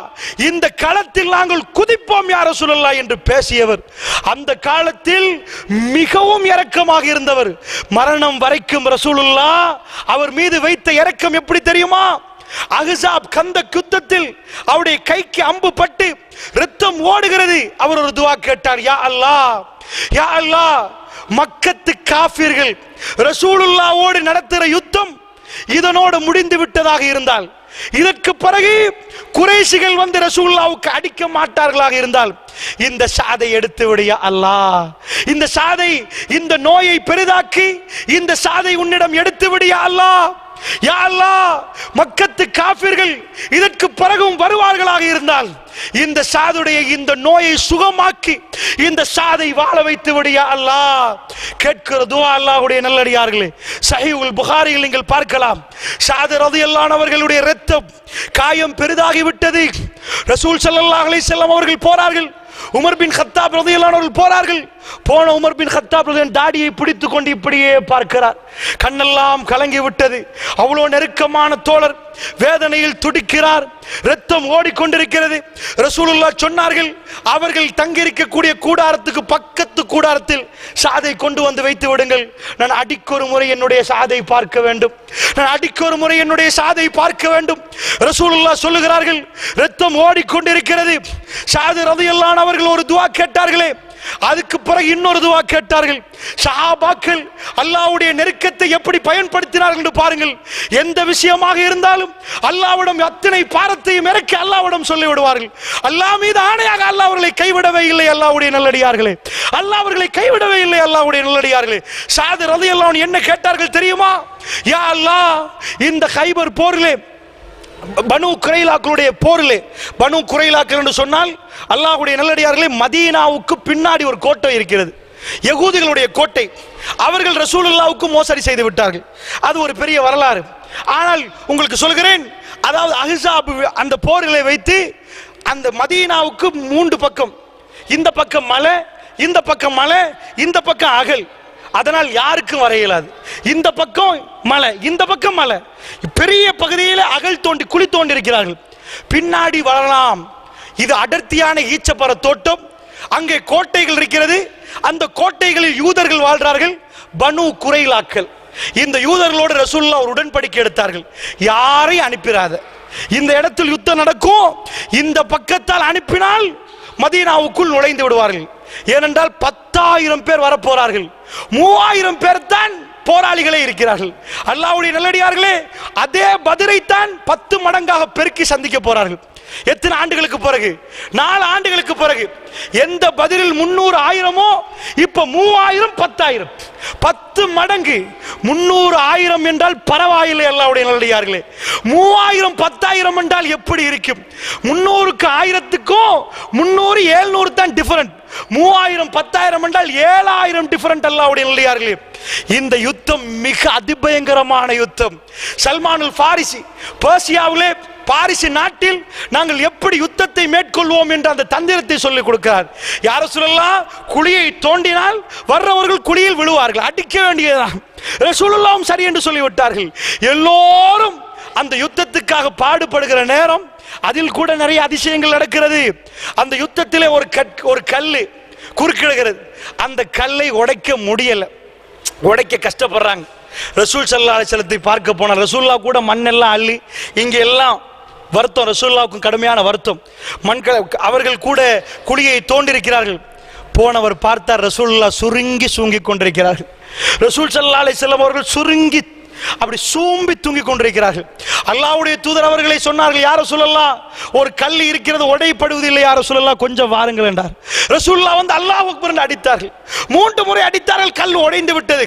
அப்பொழுது ஜாபிர் ரலியல்லாஹு அன்ஹு அவர்கள் பார்க்கிறார்கள், ரசூலுல்லாஹ்வுடைய அந்த வயிறிலே ஒரு கல்லு தொங்குது. அந்த ஹதீஸ் உங்களுக்கு தெரியும். வீட்டுக்கு ஓடுகிறார், சாப்பாடு கொடுக்கிறார், எல்லோரும் சாப்பிட்டார்களே, 1000க்கு மேற்பட்டவர்கள் சாப்பிட்டார்கள். சகோதரர்களே, அல்லாஹ் அந்த யுத்தத்திலே 6 பேர் காயமடைகிறார்கள்.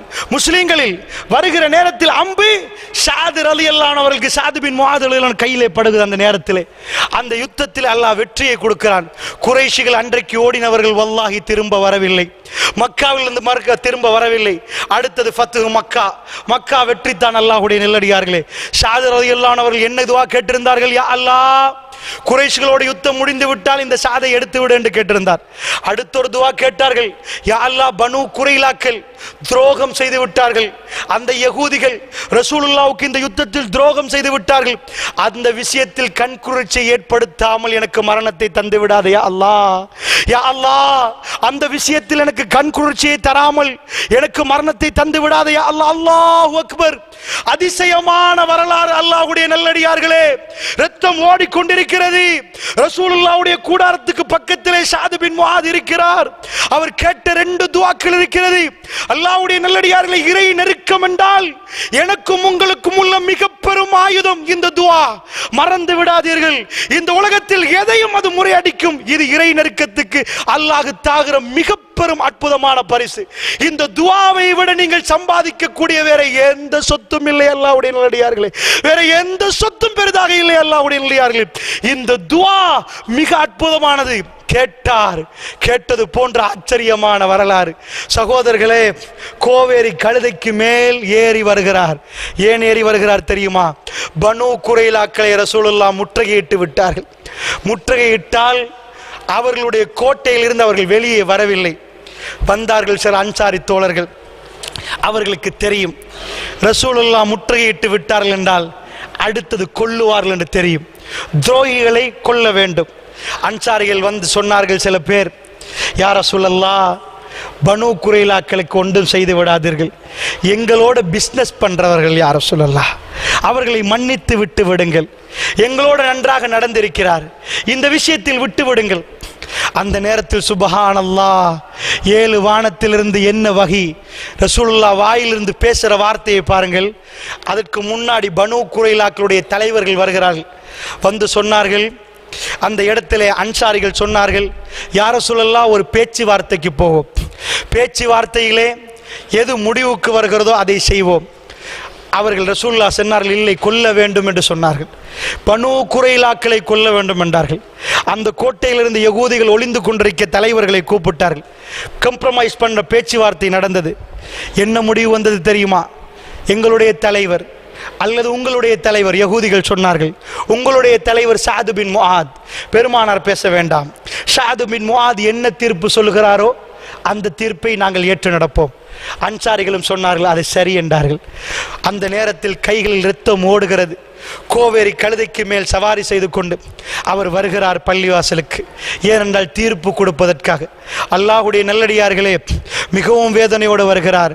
கோவேரி கழுதையிலிருந்து ரசூல் ஸல்லல்லாஹு அலைஹி வஸல்லம் சொன்னார்கள், கும்லி செய்யதிக்கும், உங்கள் தலைவர்களுக்காக, உங்கள் தலைவனுக்காக எழுந்து போய் அவரை எடுத்துட்டு வாங்க.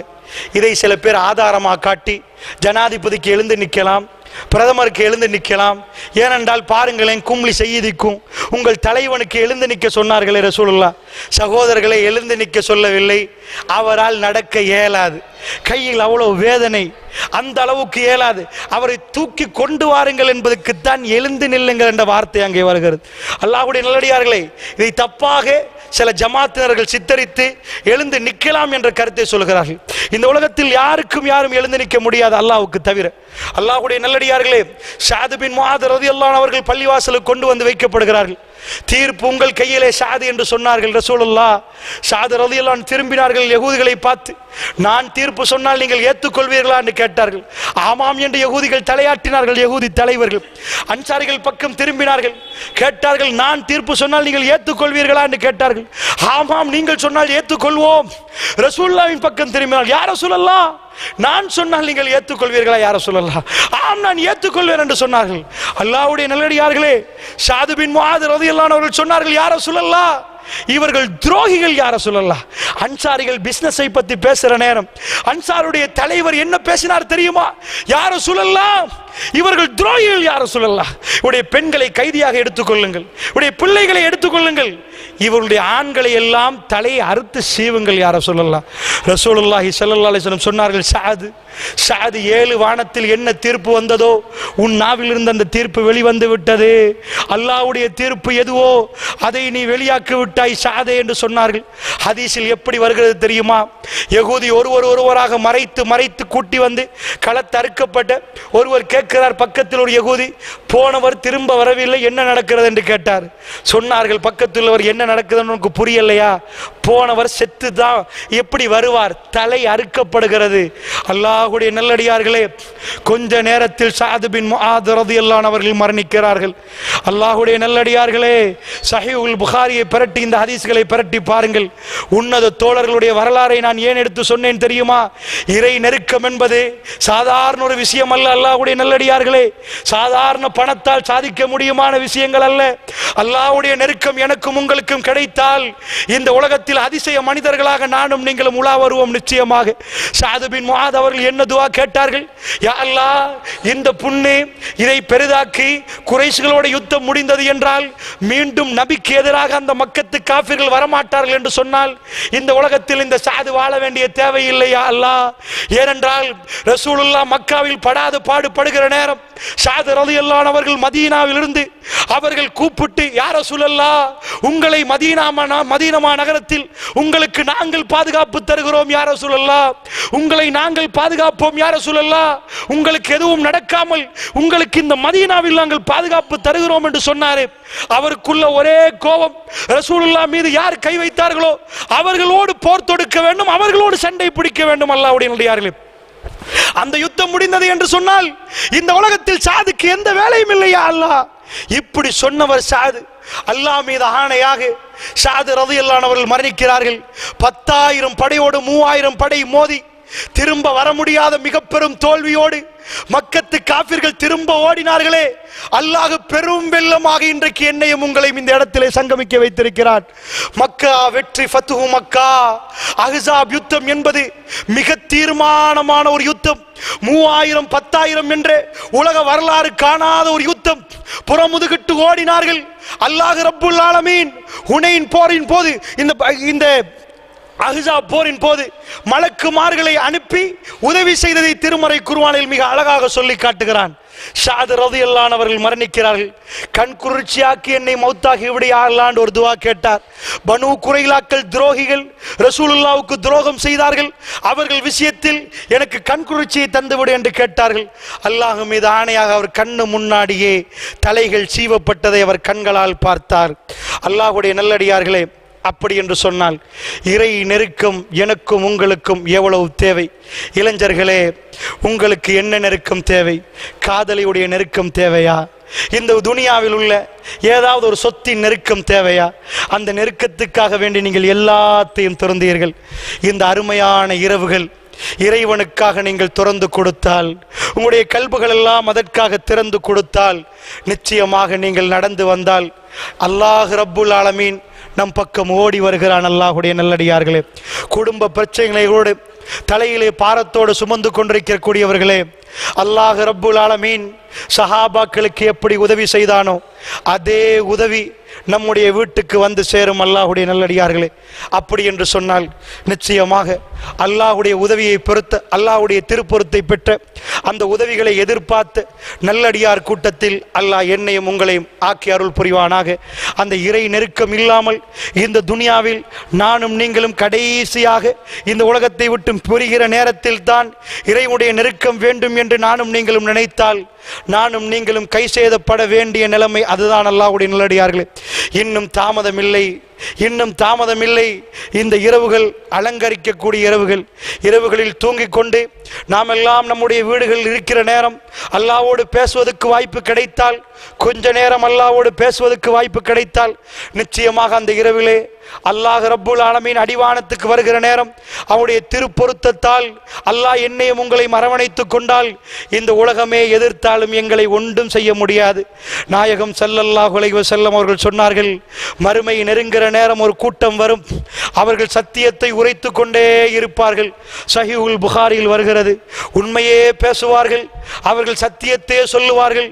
பலர்கள் அவர்களை எதிர்ப்பார்கள், பலர்கள் அவர்களை திட்டுவார்கள், அவர்களுக்கு எதிராக போர் தொடுப்பார்கள். ஆனால் அல்லாஹ் ரப்புல் ஆலமீன் அவர்களுக்கு எதையும் செய்ய விடாமல் அல்லாஹ் அவர்களை பாதுகாத்து கொண்டே இருப்பான். அவர்களுக்கு ஏராளமான எதிர்ப்புகள் வரும். அல்லாஹ் எல்லா எதிர்ப்புகள் நேரமும் அல்லாஹ்வுடைய உதவி அவர்களுக்கு வந்து அல்லாஹ் அவர்களை பாதுகாத்து கொண்டே இருப்பான். இப்படி பாதுகாப்பு கொடுத்து கொண்டிருக்கக்கூடிய நாளில் தான் மறுமை நாள் சம்பவிக்கும் என்று நாயகம் ஸல்லல்லாஹு அலைஹி வஸல்லம் அவர்கள் சொன்னார்கள். திடீர் என்று உலகம் அழியும் என்றார்கள் ஸல்லல்லாஹு அலைஹி வஸல்லம் அவர்கள். அல்லாஹ்வுடைய நல்லடியார்களே, இறை நெருக்கம் வேண்டும் என்று சொன்னால் தொழுகை மட்டுமல்ல, தாவா பிரச்சாரம், அல்லாஹ்வுடைய பாதையிலே 4 மனிதர்களை தூய இஸ்லாத்தின் பக்கம் எடுப்பதன் கடமை என்பதை இந்த நேரத்தில் உங்களுக்கு ஞாபகப்படுத்துகிறேன். வல் அஸ்ர், காலத்தின் மீது சத்தியமாக, இன்னல் இன்சான லஃபீ குஸ்ர், மனிதன் நஷ்டத்தில் இருக்கிறான் என்று அல்லாஹ் சத்தியமிட்டு சொல்கிறான். நான் நஷ்டமா, நீங்கள் நஷ்டவாளியா என்று சொல்வதற்கு 3 கேட்டகரி அல்லாஹ் சொல்கிறான், 4 கேட்டகரி. இல்லல்லதீன ஆமனு, ஈமான் கொண்டு, வஅமிலு ஸாலிஹாத், ஈமான் கொண்டு விட்டோம் அல்ஹம்துலில்லாஹ், வஅமிலு ஸாலிஹாத், அமல்கள் செய்யவில்லை, சாலிஹான அமல்கள், ஏற்றுக்கொள்ளப்படுகிற அமல்களை நானும் நீங்கள் செய்து விட்டோம் என்றால் 2வது சரியாகி விட்டது. வஅமிலு ஸாலிஹாத் வதவாஸௌ பில் ஹக்கி. யாரு நஷ்டவாளி தெரியுமா? ஒருவருக்கொருவர் உண்மையை சொல்லாவிட்டால், சத்தியத்தை போதிக்காவிட்டால், 4வரை திருத்தாவிட்டால் அவர் நஷ்டவாளி. ஈமான் கொண்டு விட்டேன், தொழுது விட்டேன், அவரால் தப்ப முடியாது. வதவாஸௌ பில் ஹக்கி, இந்த ஹக்கை சொல்லியாக வேண்டும் அல்லாஹ்வுடைய நல்லவாடியார். வதவாஸௌ பிஸ் ஸப்ர், ஒருவருக்கொருவர் உண்மையை அவர்கள் பொறுமையை பகிர்ந்து கொள்ள வேண்டும். கஷ்டம் வருகிற நேரத்தில் பொறுமையோடு நடக்க வேண்டும். அல்லாஹ்வுடைய நல்லடியார்களே, இந்த நாளும் இருக்கிறதா என்று சிந்தித்து பாருங்கள். அல்லாஹ்வுடைய நல்லடியார்களே, உங்கள் மனைவிமார்களுக்கு சத்தியத்தை சொல்லிக் கொடுங்கள், உங்கள் மனைவிமார்களுக்கு சத்தியத்தை சொல்லிக் கொடுங்கள். ஷியாக்கள் இலங்கையிலே தலை தூக்கி விட்டார்கள், ஹாரிஜியாக்கள் மிக மோசமானவர்கள். அல்லாஹ்வுடைய நல்லடியார்களே, அவர்களுக்கு எதிரான மிக பெரும் பிரச்சாரம் நாம் தொடுக்க வேண்டியிருக்கிறது. பேசுகிறார்கள் தைரியமாக. ஒரு 3 நாட்களுக்கு முன்னாடி ஒரு வயஸ்கட்டை கேட்டேன், இன்டர்நெட்டில் போட்டிருந்தார்கள், நான் ஷியாத்தான் என்று ஸ்ரீலங்காவிலிருந்து தைரியமாக பேசுகிறார்கள். எப்படி பேசுகிறார்கள்? ஷியாக்கள் ஊடுருவி விட்டார்கள் புலன்னரவையிலும் கதிர்வேலையில் ஓட்டமாவடியில் மதரசா நடத்துகிற அளவுக்கு, அவர்களுக்கு எதிராக பேச முடியாத அளவுக்கு அவர்கள் ஊடுருவி விட்டார்கள். அல்லாஹ்வுடைய நல்லடியார்களே, சஹாபாக்கள் எதற்காக பிரச்சாரத்தை தொடங்கினார்கள்? எங்கே இருந்து ஆரம்பித்தார்கள்? அருமை அலைஹிஸ்ஸலாத்து வஸ்ஸலாம் அவர்கள் சொன்னார்கள், கிலாபுன் நார், நரகத்து நாய்கள் என்றார்கள், நரகத்து நாய்கள் என்றார்கள். இவர்கள் ஓதுவார்கள், நீங்கள் என்ன ஓதுகிறீர்கள் என்று நினைக்கும் அளவுக்கு ஓதுவார்கள். அவர்கள் தொழுவார்கள், நீங்கள் எல்லாம் என்ன ஆபிதுகள் அப்பா, நீங்கள் எல்லாம் என்ன தொழுகையாளிகள் அப்பா, அப்படி தொழுவார்கள். அவருடைய தொண்டை குலுக்கி ஈமான், அந்த குர்ஆன் இறங்காது என்று சொன்னார்கள் ஸல்லல்லாஹு அலைஹி வஸல்லம் அவர்கள். ஹாரிஜியாக்கள், அவர்கள் தான் உஸ்மான் பின் அஃபான் ரலியல்லாஹு அன்ஹு அவர்களை கொண்டவர். அவர்கள் சொன்னார்கள், யாரையெல்லாம் அவர்கள் ஏமாத்திருந்தார்கள், யாரையெல்லாம் ஏமாத்திருந்தார்கள். இறை நெருக்கம் வேண்டுமா? ஃபீ ஸபீலில்லாஹ், இறைவனுடைய பாதையிலே நீங்கள் உங்களை அர்ப்பணித்தாக வேண்டும். அல்லாஹ்வுடைய நல்லடியார்களே, உங்களை நீங்கள் அர்ப்பணிக்கும் வரை இறை நெருக்கத்தை எதிர்பார்க்காதீர்கள். அல்லாஹ்வுடைய நல்லடியார்களே, இது யாரோ 4 பேருக்கு கொடுத்த பொறுப்பல்ல. இந்த உம்மத்தை திருத்துவது நம் அனைவருடைய பொறுப்பு. அல்லாஹ்வுடைய நல்லடியார்களே, என்னிடம் அல்லாஹ் கேட்பான், உங்களிடம் அல்லாஹ் கேட்பான். உஸ்மான் ரலியல்லாஹு அன்ஹு அவர்கள் இருக்கிற நேரத்திலே அபூபக்கர் சித்திக் ரலியல்லாஹு அன்ஹுடைய மகன், அபூபக்கர் ரலியல்லாஹு அன்ஹுடைய மகன் யார்? முஹம்மது வீட்டில் இறங்குகிறார். வீட்டில் இறங்கி உஸ்மான் ரலியல்லாஹு அன்ஹு தாடியை பிடித்தார்கள். சகோதரர்களே, ஹஜ்ஜுடைய காலம். சஹாபாக்கள் உஸ்மான் பின் அஃபானை விட்டு விட்டு போகவில்லை. வரலாறுகளை பிரட்டி பாருங்கள். ஏன் தெரியுமா? கிளர்ச்சியாளர் கிளம்பி விட்டார்கள். சொன்னார்கள் மிக பெரும் பொய். 3 பொய்களை ஒருவர் பக்கத்தில் இருந்து தைரியமாக பேசிக் கொண்டிருந்தார். 3 பொய்களை பேசினார். அல்லாஹ்வுடைய நல்லடியார்களே, எல்லாரிடமும் சொன்னார், உஸ்மான் யாரு தெரியுமா? உஹதில் ஓடினவர் என்று சொன்னார். உஹது யுத்தத்தில் ஓடினவர் உஸ்மான் என்றார்கள். ஷியாக்கள் இப்படித்தான் பேசுவார்கள். அல்லாஹ்வுடைய நல்லடியார்களே, இது அன்றைக்கே நபி ஸல்லல்லாஹு அலைஹி வஸல்லம் உடைய சஹாபாக்கள் காலத்தில் ஆரம்பிக்கப்பட்டது. இப்னு உமர் ரலியல்லாஹு அன்ஹு அவர்கள் பக்கத்தில் நின்று கொண்டிருக்கிறார். இருக்கிற நேரம் வந்து கேட்டார், ஒருவர் பார்த்து, இந்த பெரியவரை பார்த்து, நீங்கள் யாரு? ரசூலுல்லாஹ்வுடைய தோழராண்டு கேட்டார். ஆமா, நான் தான் இப்னு உமர் என்று சொன்னார். அப்துல்லா இப்னு உமர், அப்துல்லா என்று சொன்னார். அப்படியா, நான் உங்கள்கிட்ட 3 கேள்விகள் கேட்க இருக்கின்றார், சொல்லுங்கள் என்று சொன்னார்கள். ஸஹீஹுல் புகாரியில் பார்க்கலாம். என்ன 1வது கேள்வி? முதலாவது கேள்வி அவர் கேட்டார், உஹது யுத்தத்திலே உஸ்மான் ஓடினாரான்னு கேட்டார். இவர் சொன்னார், ஆம் ஓடினார் என்று சொன்னார். பத்ரிலே அவர் கலந்து கொள்ளவில்லையான்னு கேட்டார். இல்லை, கலந்து கொள்ளவில்லை என்று சொன்னார். அடுத்த கேள்வி கேட்டார், பையத், அதாவது உதைபியா உடன்படிக்கையிலே அவர் இருக்கவில்லை தானே என்று கேட்டார். அவர் இருக்கவில்லை தான், அவர் வரவில்லை தானே உதைபியாவுக்கு? இல்லை என்று சொன்னார். இந்த 3மே போதுமே. பத்ரிலே இல்லை, உஹதில் ஓடினார், உதைபியாவில் இல்லை. இவர் என்னப்பா, இவர் என்ன தோழர்? இதுதான் ஹாரிஜியாக்குடைய மிக கெட்ட பிரச்சாரம். தட்டி சொன்னார் இப்னு உமர், அப்துல்லா இப்னு உமர், அல்லாஹ் அவருக்கு அருள் புரிய வேண்டும். என்ன சொன்னார் தெரியுமா? நீ யாரப்பா? கேட்டுவிட்டு சொன்னார், நீ சொன்ன 3க்கும் நான் ஆம் என்று சொன்னேன். அவர் உடனே அந்த ஹாரிஜியாவை சேர்ந்தவன் சொன்னான், அல்லாஹு அக்பர், அல்லாஹ் மிகப்பெரியவன், உஸ்மான் தோலுரிக்கப்பட்டு விட்டார், ரசூலுல்லாஹ்வுடைய சஹாபி பேசிவிட்டார் என்று சொன்னார். உடனே அவர் சொன்னார், உஸ்மான் பத்ர் யுத்தத்தில் வரவில்லை. ஏன் வரவில்லை? ஏன் வரவில்லை உனக்கு தெரியுமா? ரசூலுல்லாஹ்வுடைய மகள் ருக்கையா அந்த நேரத்திலே மரண வேதனையில் இருந்து கொண்டிருக்கிறார்கள். தகப்பன் பத்ருக்கு போக வேண்டிய நிலைமை. ரமலான் மாதம் உஸ்மான் ரலியல்லாஹு அன்ஹு யுத்தத்துக்கு வருகிற நேரம் ரசூலுல்லாஹ் சொன்னார்கள், உஸ்மான், என் மகள் துடிக்க துடிக்க இருக்கிறாள், அவ மரண வேதனையில் துடிக்கிறாள், நீங்கள் போய் அவர்களை பாருங்கள் உஸ்மான்.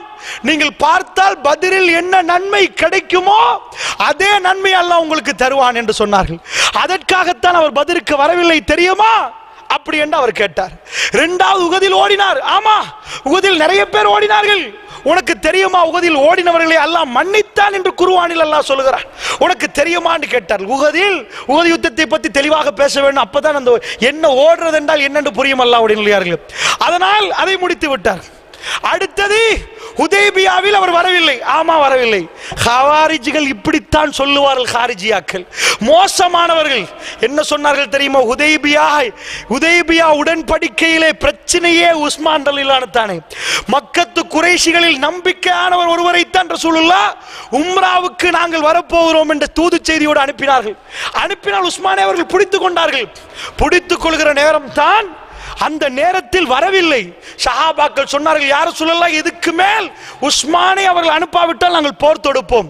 அப்பொழுது ரசூலுல்லாஹ் பையத்தை வாங்க போல சொன்னார்கள், இது என்னுடைய கை அல்ல, எல்லோரும் என் கையை வைத்து பையத்து செய்யுங்கள், இது என் கை அல்ல, இது உஸ்மானுடைய கை என்று ரசூலுல்லாஹ் சொன்னார்கள். உனக்கு தெரியாதா என்று கேட்டார்கள். உஸ்மான் ரலியல்லாஹு அன்ஹு அவர் எவ்வளவு கண்ணியமானவர், அவர் சுவர்க்கவாசி என்று உனக்கு தெரியாதா என்று கேட்டார்கள். அல்லாஹ்வுடைய நல்லடியார்களை கிளர்ச்சியாளர்கள் யாரையெல்லாம் மாற்றிருந்தார்கள் தெரியுமா? இந்த உம்மத்தை மாற்றக்கூடிய பொறுப்பு எனக்கும் உங்களுக்கும் இருக்கிறது.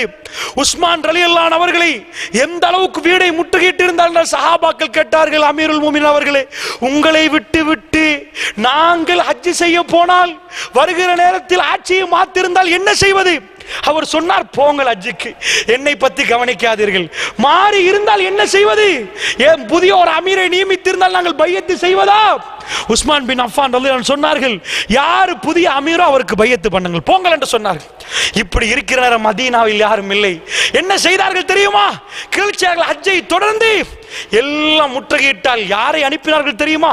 அபூபக்கர் ரலியல்லாஹுடைய மகனை அனுப்பினார். முகம்மதை அனுப்பி அவர் தாடியை பிடித்து ஆட்டினார். உஸ்மான் ரலியல்லாஹு அவர் கேட்டார், என்னப்பா உன்னுடைய வாப்பா இதை கண்டால் எப்படி இருப்பார் தெரியுமா? உன் வாப்பா இதை கண்டால் என்ன நினைப்பார் தெரியுமா? என்ன வேலை செய்கிறாய் தெரியுமா? விளக்கம் கொடுக்க கண் கலங்கி தாடியை விட்டு ஒரே ஓட்டமா ஓடினார். யாரையெல்லாம் கவர்ந்து கூடைக்குள் போட்டிருந்தார்கள் தெரியுமா? அல்லாஹ்வுடைய நல்லடியார்களே, கடைசி நேரத்திலும் தாவா அல்லாஹ்வுடைய பாதையில் அவர் சொன்னார். அவர் கேட்ட நியாயமான கேள்வி.